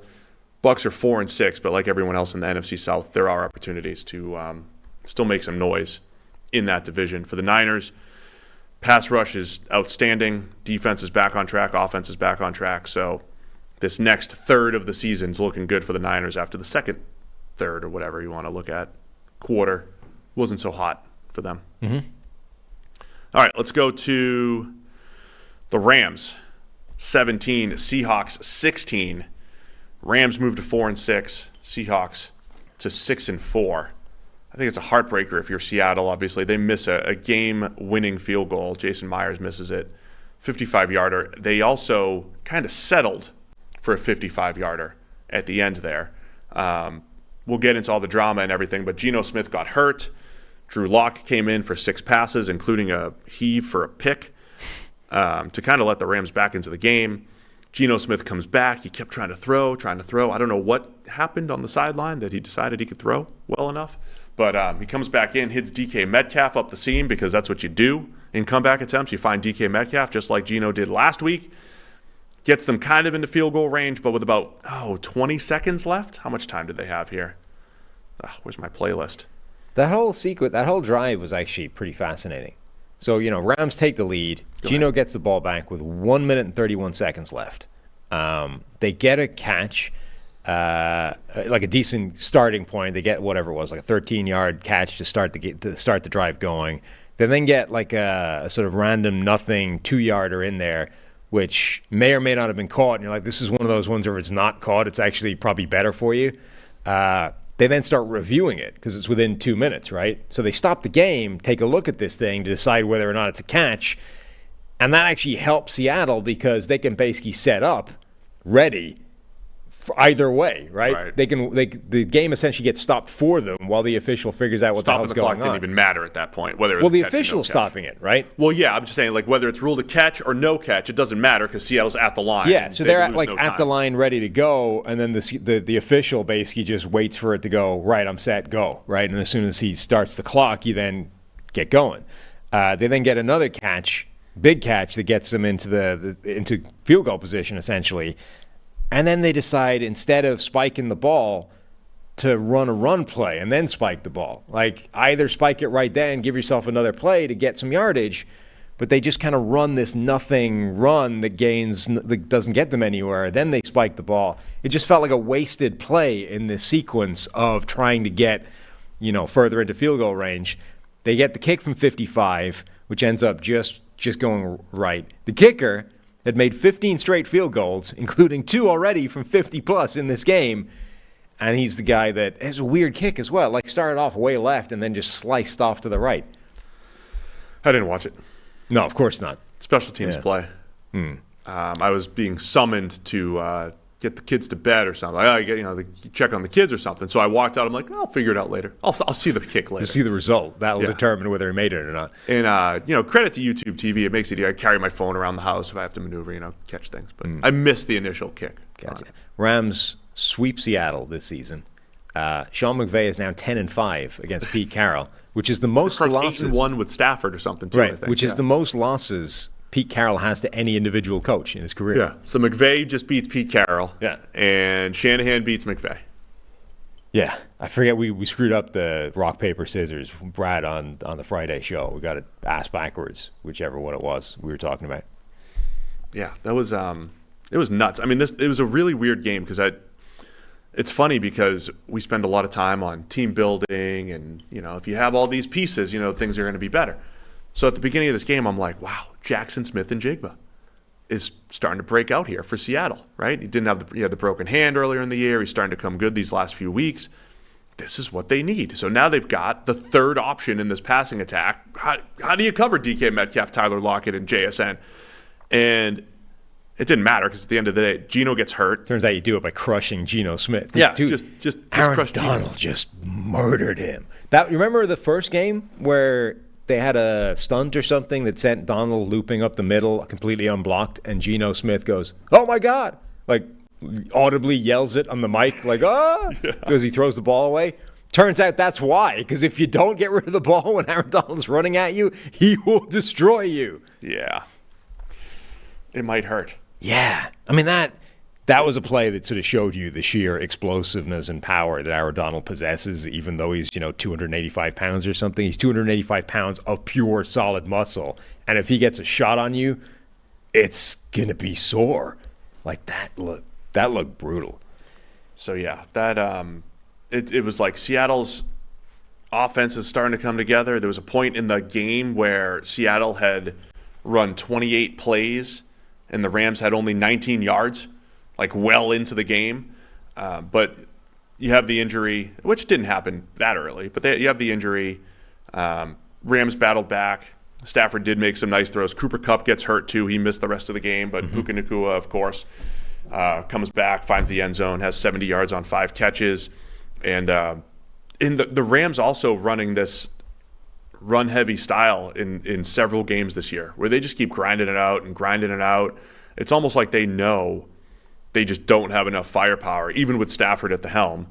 And I think that kind of got the game flow back in their favor, and just enough for them to come back and pull off the win. Yeah, and they almost like cost themselves that with a play earlier though. The Seahawks defense had an absolute total coverage bust on Henderson out of the backfield on a wheel, I think. Stafford didn't just miss the throw, missed the field. Yeah. Like, threw it out of bounds. That could have been a huge play. I was also thinking in this game, there can't have been many games in NFL history where one team can have been better prepared or have a more inside knowledge on the opposing team's offense. So on Seattle's sort of setup at the moment, right? You've got Shane Waldron, who used to coach that offense, right? You've got Bobby Wagner, who played defense for that team last year. And then you've got Brett Rippon, who was quarterbacking that team like 2 weeks ago, who just signed and has been like, in the interrogation room with the lights being like, give us the calls, right? There can't be like three more diverse but like intimate connections to a specific offense on one team than that. And it's still like, this is going back to Raiders Bucks Super Bowl where Gruden's just calling out the plays, right? That's the level that they must have had in terms of knowledge of this offense. Yeah, it didn't matter. Still didn't matter, yeah. Apparently. Rams still, everybody's alive in the NFC. If you're 4-6 in the AFC, you're not. But everybody's alive in the NFC. Rams stay alive at 4-6. Stafford got banged up again. I feel like he gets hurt every single game too. Yeah, I mean he's old and busted at this point. I wonder if he's going to retire. I don't know if he wants to retire, like this year. Yeah. I wonder if this is just it for him. Maybe. If he's sick of getting beat up, getting hurt. You'd have to I mean, he's probably one of those players where they probably need to convince him that they can be good again quickly. There was another play in here, actually, one last thing.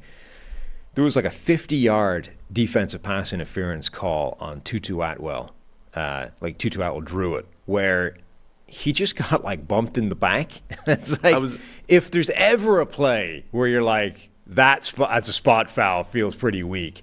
And it sort of struck me that whereas being, a 155-pound receiver is generally a weakness, the one area where it might actually be a strength is drawing those phantom pass interference calls. Because if you're 200 pounds and you nudge a guy that weighs 155, he's going flying.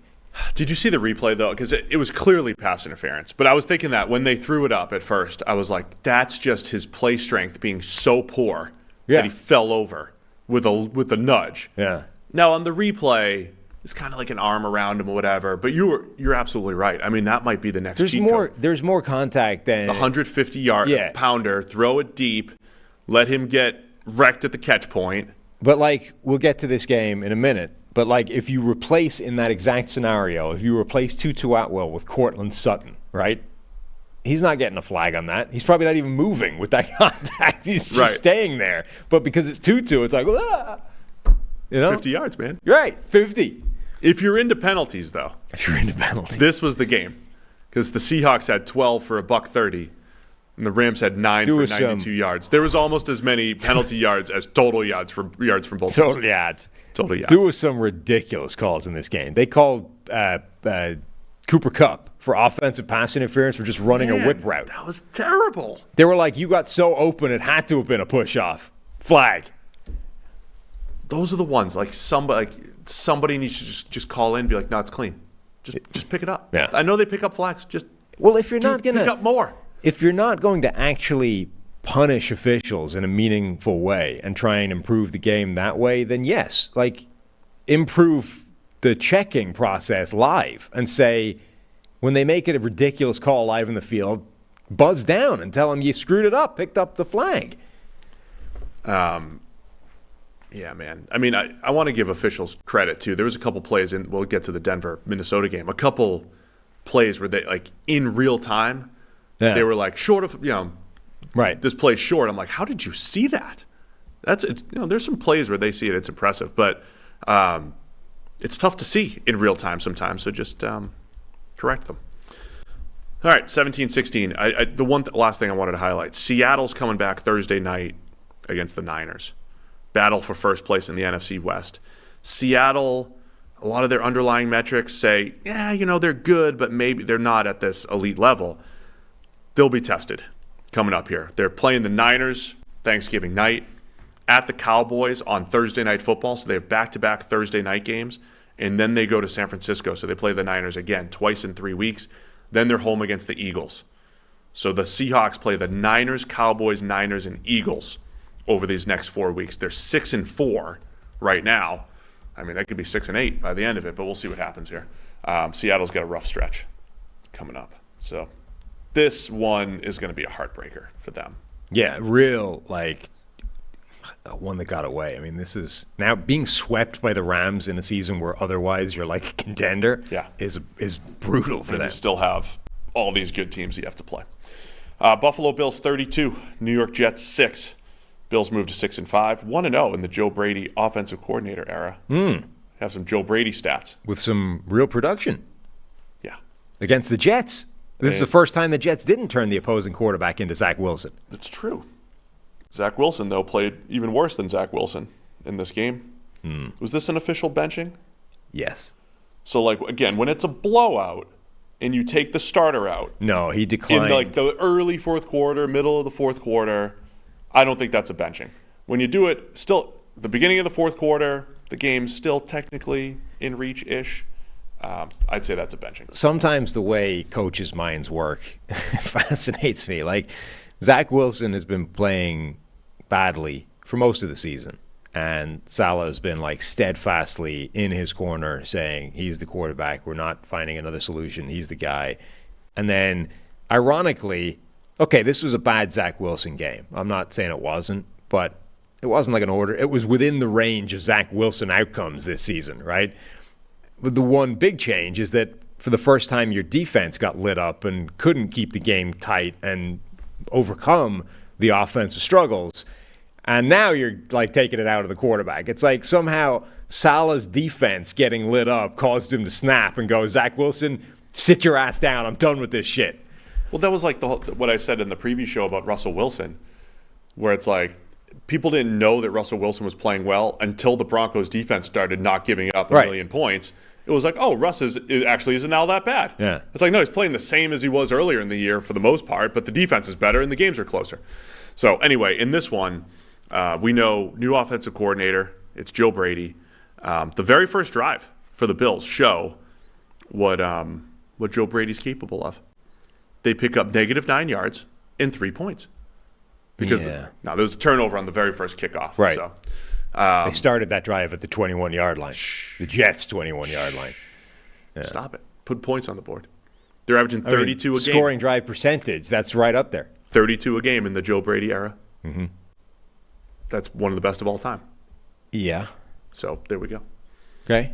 No, I thought Saleh even said after the game, he's been pretty blunt about stuff. He said Josh Allen didn't play as much hero ball as he usually does. He didn't throw the ball to us 4 times in this game. Right. So we had trouble stopping them. Yeah. It was a marked departure from week one. If anybody's seen hero ball, it is Saleh and the Jets, because it's not even hero ball. It's just like I didn't see the guy in green the last couple of years, but Allen definitely played a little better through that lens. He did have a negated fumble in there. It wasn't really a great game for Allen overall. Whatever. The Jets went 41 drives before they got a touchdown. That was their final streak. The screen to Breece Hall. Yeah, 41 straight drives between touchdowns. That's not great. If you're an offensive, if you're looking for offensive production. That screen to Breece Hall, that was the exact or similar play that was the game winner last year, where Jets fans said Zach Wilson's turned a corner. Threw a game-winning screen pass to Breece Hall in the red zone. Yeah. He did not turn a corner. No, you're right, though. Wilson, or if he did, he kept turning and did a circle. Wilson had been playing better, this year versus last year, but still not enough. It's just fascinating to me, like, what makes a coach finally snap and, like, come around to the self-evident conclusion that everybody else arrived at months ago. It's like the defense not doing as well as it normally does was the thing, essentially the change for Saleh here. Is there a difference between the Panthers' offense and the Jets' offense as far as situation goes? The Jets have Garrett Wilson. That is the biggest difference. Yeah. The Panthers have Adam Thielen. They're not the same type of player. They're not the same level of player. I would take Garrett Wilson right now, obviously. But Thielen's at least a nice security blanket, third down guy, slot guy. But they have one weapon and a pass blocking unit that in PFF terms is going to drop a 30, 40, or 50 pass blocking grade every week, which basically makes most offenses unable to function. Is there a big difference between the Jets and Panthers on the offensive side of the ball? No, I mean, they're both terrible situations. Like, there's not much going for it. Like, going into the season, the whole concept of the Jets receivers was they've got this one star in Garrett Wilson, and then Rodgers can make everybody else look good. And then the offensive line was already a weakness heading into the season and has been getting steadily more banged up as the year has progressed. Mekhi Becton has been healthy all year and actually played pretty well, and then he gets hurt and carted off in the games. It's like, come on, even like the one area or the one like bright spot in this offensive line that's been bad then goes down and gets hurt. And it's like at that point, the offensive line has gone back to being one of the worst in the NFL. And Zach Wilson's not good enough to overcome any of that. Yeah, that's all I'm saying. It's kind of rough. So I don't know what else they could do. Carter Warren had to play tackle. Third round pick for them, whatever he was. He got some hype around draft time. He's a rookie. Not that the model's perfect, but Warren's like the lowest player I've ever rated in the model. So he didn't have a great game. Not that the model's perfect, but he's the worst player it's ever seen. He's on the no draft list. He's on the no draft list. Fourth round pick for the Jets this year. He made his NFL debut. This is his debut. I mean, it's fine. It's a great story. The model liked Blake Freeland too, and he doesn't play football well. I'm not talking about that. I'm just saying the Jets are down to. When you've got to turn to the worst player the model has ever seen. Well, the Jets think differently. They drafted him in the fourth round. They like him. Honestly, the Bills' offense was just kind of, it was all right. Until they hit an 81-yarder to Khalil Shakir. Yeah, that changed things. That's it. There's a lot of short stuff, a lot of Dalton Kincaid over the middle, and it was conservative. It's conservative. I'll say the difference I saw early on was they turned to Josh Allen running earlier, right? Yeah. QB draw. It's like, all right, let's go to Allen early in the game when he needs to pick it up. And then I also like that as they started to pull away, they didn't just say, well, it looked like the game plan was let's put more on Josh Allen's plate as far as conversion downs. Let's get back to him. And then as they started to pull away, they ran the ball a lot more without they took a little bit more away from Josh Allen. So I think that flow, I think, is going to be interesting as they play more competitive games. Are we going to see more of those 10 or 12 carry games from Allen, some design, some scrambles? Are we going to see more of that? But overall, I don't think you learned a ton about the Bills' offense because they didn't score in the red zone a whole lot. It was still a very tough Jets defense. You snuck the 81-yarder in there, but other than that, it was kind of meh. Well, this was the game that they should have had in week one, right? It's the Jets offense is so incompetent that if you simply don't turn the ball over, you win this game comfortably. And instead, Josh Allen was just hand over his eyes firing the ball to the Jets, right? It's like, if you just don't do that, you walk away with the game. And that's kind of what happened here. Like, it was a grind. They were, 6-9 points. It took a while, but eventually the Jets are going to give you the game because their offense is so bad. That's what this was literally the game that everyone was like, if you just don't do what you did in week one, you get this result. Anything else to add here? Is it going to be Tim Boyle going forward, do you think, for the Jets? Probably. At least for a game or two. I think they have to make that turn change. To something else. Yeah, I've been saying that for a couple of weeks. Like, you can't just to mix it. Look, I think I kind of get where Salah's coming from because as the head coach, you're evaluating everybody on the team, and I think he's really looking at this being like the line is bad. Yeah, but all this other stuff is bad. Therefore, I can't put all the blame on the quarterback. That's what he's trying to say. Right, but you go back to the credit/blame pie. Yeah, go to the pie. It's not all Zach Wilson. Zach Wilson doesn't own the entirety of the pie. There's a large section that belongs to the offensive line. There's some that goes to other places. But, for a few weeks now, it's been clear, at some point you owe it to your I think they were in a tough spot when Rodgers went down. I don't think there was an easy, obvious, let's just go get Kirk Cousins or whatever, right? They were in a tough spot where Zach Wilson, to start with, was probably the way you had to go. But at some point in the season, and to be honest, quite quickly, it should have been obvious that that's not going to work. And the way that defense is playing, you owed it to the defense to find a better solution than let's just ride or die with Zach Wilson, because you're going to die. That's the way that's going to go, right? So whether it was go and get Josh Dobbs or another, there were options out there that were better than Zach Wilson. And instead, you stuck with him until it became too late. And now your options are Zach Wilson or Tim Boyle, right? Either way, you owe it to the defense to just go, enough is enough. We have to make a change, even if the change isn't any better. I'm at least trying to find something better for you guys, right? And ironically, it's taken the defense having like a rare off game for them to even make that change in the first place. But like, this is the sort of thing that sinks like that internal morale for teams when one side of the ball is looking at these games and going, if we have a slight off day, we're going to get blown out by 30 because the other side of the ball is such an absolute joke. And meanwhile, the coach is out there defending that side of the ball or refusing to make a change. Like the Jets defense, I mean, there's a reason there was a fight in the tunnel after the game. That defense is pissed off, and not just because they got lit up one time in a game. You think that's why there was a fight? Yeah, I think this is an entire season of frustrations building up for that defense where they have been carrying this thing, working miracles for half a year, and then they have one slight off night, and they get wrecked by 30. The one report that came out before the game was that the Jets were going to try to turn to their youth a little bit more. Xavier Gibson played 45 snaps, but he had been doing that the last couple weeks. Undrafted rookie receiver, but receiver Jason Brownlee made his NFL debut. Well, had his first extended offensive action, 19 snaps. Israel Abanikanda, the running back, little juice at running back, 1 carry for 11 yards, played 10 snaps. But the idea was that these guys were going to, mix it up and go a little younger, but they didn't have that many opportunities. But something to keep an eye on going forward for the Jets. Good job by the Bills, though. They win and cover, maybe get things back on track.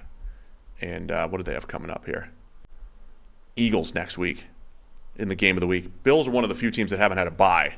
So their stretch coming up at Philadelphia, then a bye, then at Kansas City, then home against Dallas. So they've got their own little three-game stretch here that's probably going to determine the course of their season in Buffalo. Now let's wrap it up. Sunday Night Football. The Denver Broncos win again, 21-20 over the Vikings. Broncos move to 5-5. Vikings fall to 6-5, have their winning streak snapped. It was a weird game, man. Back and forth early on. Looked like Minnesota had it in hand toward the end, but Denver makes the fourth quarter comeback. Russell Wilson with the game-winning drive, game-winning touchdown to Cortland Sutton in the back of the end zone. Beautiful play from both sides. And then Denver shut down Minnesota on their comeback attempt. Yeah, well, let's start sort of almost in reverse. Do it. You're right. It felt like at the end, Denver had figured out the balance of Minnesota's sort of blitz, no blitz thing, where, trying to figure out when are they going to come, when are they going to drop everybody out. Denver seemed to get a handle on that right at the end, and that enabled them to have that final touchdown drive. Cortland Sutton made a couple of spectacular catches on it. The one where he's getting interfered with by Ivan Pace, I think, ends up catching the ball one-handed anyway, despite the interference. And then the touchdown, which is, I'm kind of torn on what to make of that play. Like, it's probably both at the same time, but it was incredibly strong hands by Cortland Sutton to get up there, elevate, catch the ball, and then maintain complete control on it through the contact. And it was also probably quite weak by Mekhi Blackmon, the rookie, who had like a run at it and a full sort of swipe. Like he had eyes on the ball, knew where it was going, took that sort of run and jump at it, got elevated to the same spot, and then went in there with an arm to try and knock it loose and just didn't even move anything, right? Just went in full arm contact, like clubbed Cortland Sutton's arm, and it didn't even adjust the ball in it. Like, if a DB has that kind of bead on the ball, you would expect at the very minimum to force some kind of like readjustment of the catch, and he didn't even affect it really. So I'm kind of torn on like how much credit to give Sutton and how much criticism to give Mekhi Blackmon. But that was the game. That was the winning play.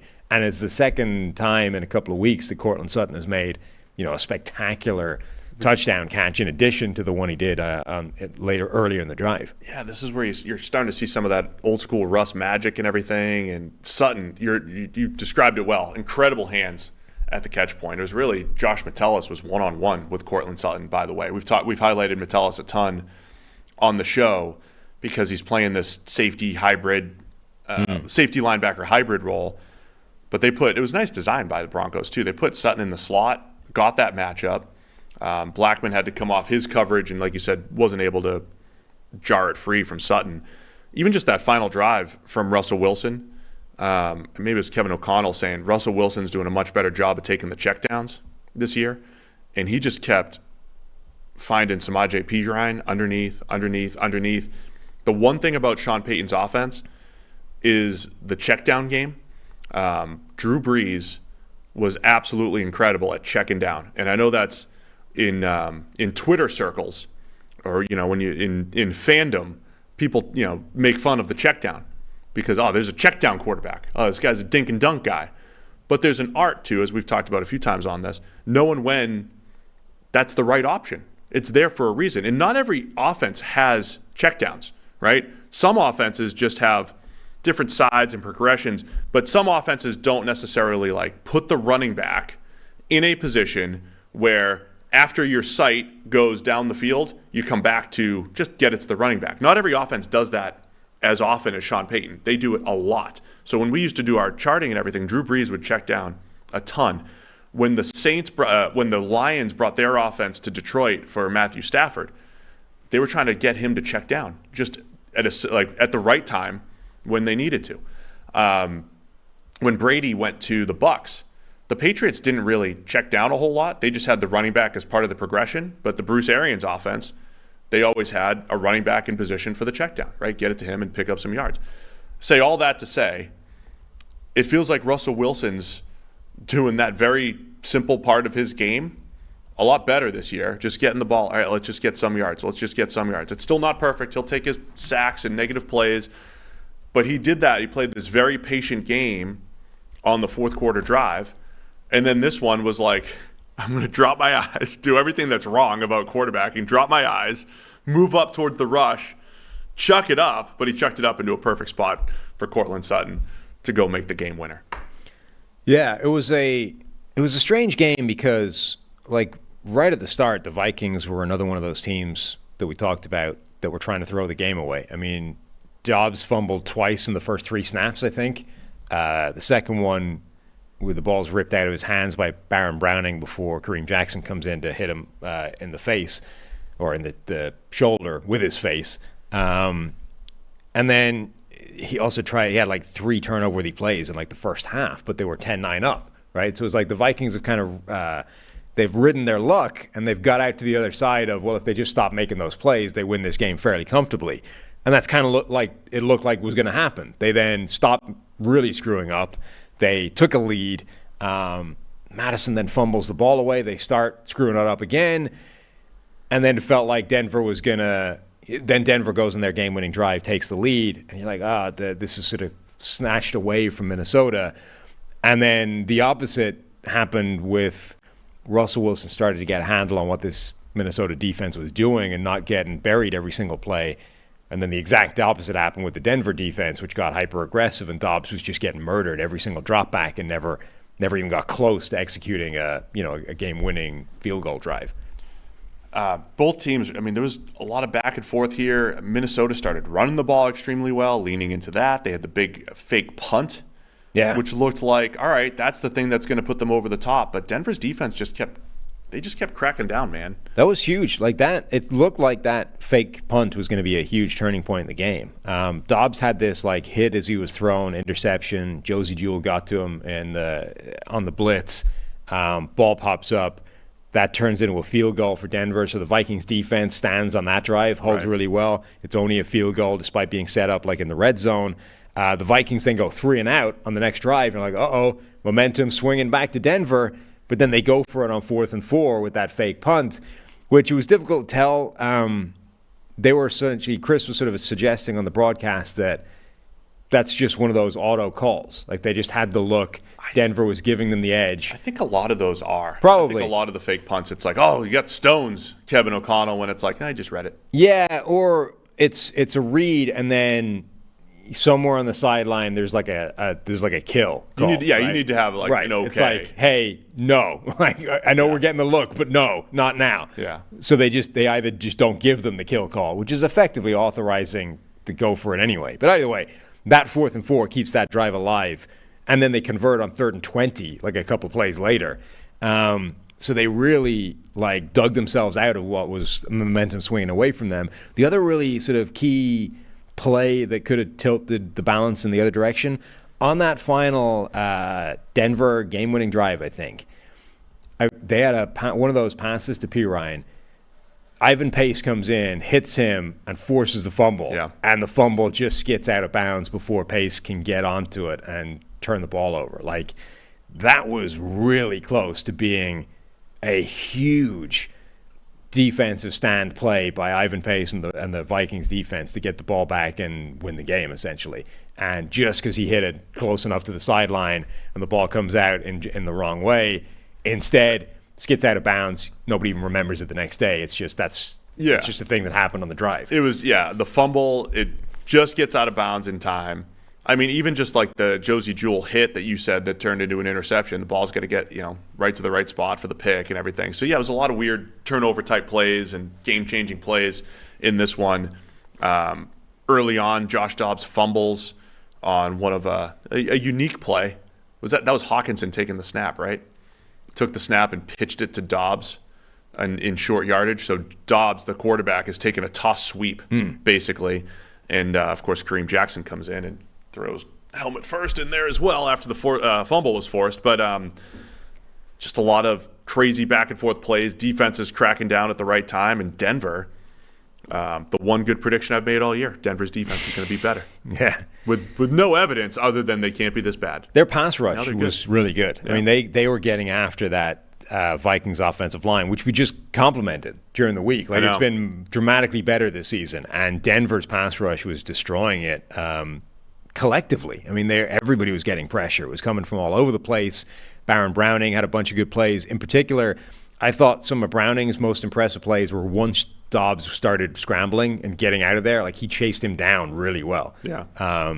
Browning showed some real athleticism to corral Dobbs in a way a lot of other guys haven't been able to do. We'll wrap it up in a second here. Back during draft time when I was trying to justify the Tyree Wilson pick for the Raiders, we spent a bunch of time saying, well, he might be good. He might not be good at actually winning, but he might be good at just being athletic for when the quarterback scrambles, like when they play Mahomes and the Chiefs. There is this element of you're playing enough quarterbacks that like to break the pocket now that the skill set of just being athletic on the edge and setting the edge, which is part of the role, not just winning one-on-ones, but being there, being able to contain the quarterback, tracking him down when needed, it is valuable in some games more than others, right? If you're playing Brock Purdy and the Niners, you probably want some quick wins, get in his face. But when you're playing Dobbs or you're playing Mahomes, it's not always the case. And, you're right. Denver did a pretty good job of that, using their athleticism on the edge and tracking Dobbs down when needed. Mm-hmm. The Kareem Jackson hit. So Kareem Jackson has now been fined an absolute fortune this season, ejected from multiple games or one, and suspended. I mean, he's probably had, of the 5 worst hits in the NFL this year, he's probably had 3 or 4 of them. Yeah. We'll say that. But of all the sort of stages of hey, how do we affect the game? The NFL is on this push. Now you can question or analyze what is their motivation. Is it actually player safety or is it avoiding billion-dollar lawsuits? Whatever it is, the NFL is on a push to remove certain dangerous hits from the game of football, one of which is lowering the crown of your helmet and spearing yourself into a guy, of which Kareem Jackson seems to be on a one-man mission to maintain that hit in the game. But they've fined him an absolute fortune this year, ejected him from games, and suspended him from games. And this game, he was supposed to be suspended. He was supposed to be suspended for this game, but won it on appeal and got the suspension reduced, so he was playing. And then I think the third snap of the game, he comes in on that play where Dobbs is losing the ball to Baron Browning, getting it ripped out, and comes in and just does the absolute textbook teaching tape definition of lowering the crown of your helmet and launching yourself at a guy, right? Now, he only hits him in the shoulder, as opposed to in Dobbs' helmet, which would have made it even worse. But, that's the hit.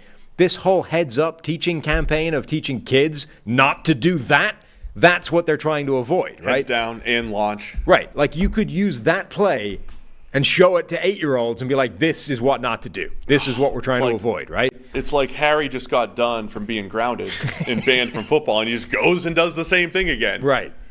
And I tweeted the play last night, and the number of people, so there were a few little cohorts of people in the replies. There were the people that were like, well, that's just football. Clean hit. You're like, well, it's not, right? Like, it's literally against the rules. If you just read the rule, you cannot lower the crown of your helmet and launch yourself forcibly into a player, into an opponent, I think is the term. Doesn't say ball carrier, doesn't say runner, opponent. You cannot do what he did, right? So it is literally against the rules. You're wrong. That's just outright incorrect thing to say. Then you've got the people that are like lamenting that the game's gone soft, right? I preferred the time where paralysis was a real outcome for hits. That's when you know they want it bad, right? Is when players can lose their ability to walk. That's what I'm interested in for the game of football. This is gladiatorial. It's Roman Colosseum stuff. I want bloodshed, right? And you're like, okay, that's an opinion. The rest of us seem to be wanting to take this in a different direction, right? And I'm kind of wondering, like, if the NFL genuinely does care about things like this, then Kareem Jackson has demonstrated a fairly impressive ability to not learn from his behavior. What is the next step? Because if this was performance-enhancing drugs, his next step would be a year's suspension, right, or an indefinite suspension until, like, you demonstrate some capacity to learn from your mistakes. So all that said, it was not called a penalty. It wasn't even a flag. No flag. I think that doesn't change any of what we're saying, right? All that means is that the officials are still bad, and he's going to be getting a letter from the NFL. Like, I would bet a large sum of money that he gets at the minimum fine for that, right? Like, they will acknowledge that was a missed call on the field. So I don't even think it's worth getting bogged down in that, except to say officials in the NFL stink. But if you're trying to eliminate that hit, what is your next step for Kareem Jackson? Because fines haven't worked, ejections from the game haven't worked, and a single, whatever it was, 1 or 2 game suspension hasn't worked. What's the next step? Longer suspension. How long? 6 games, 8 games. I think at the minimum, you do a season. He should be shut down for the rest of the season. He's had more.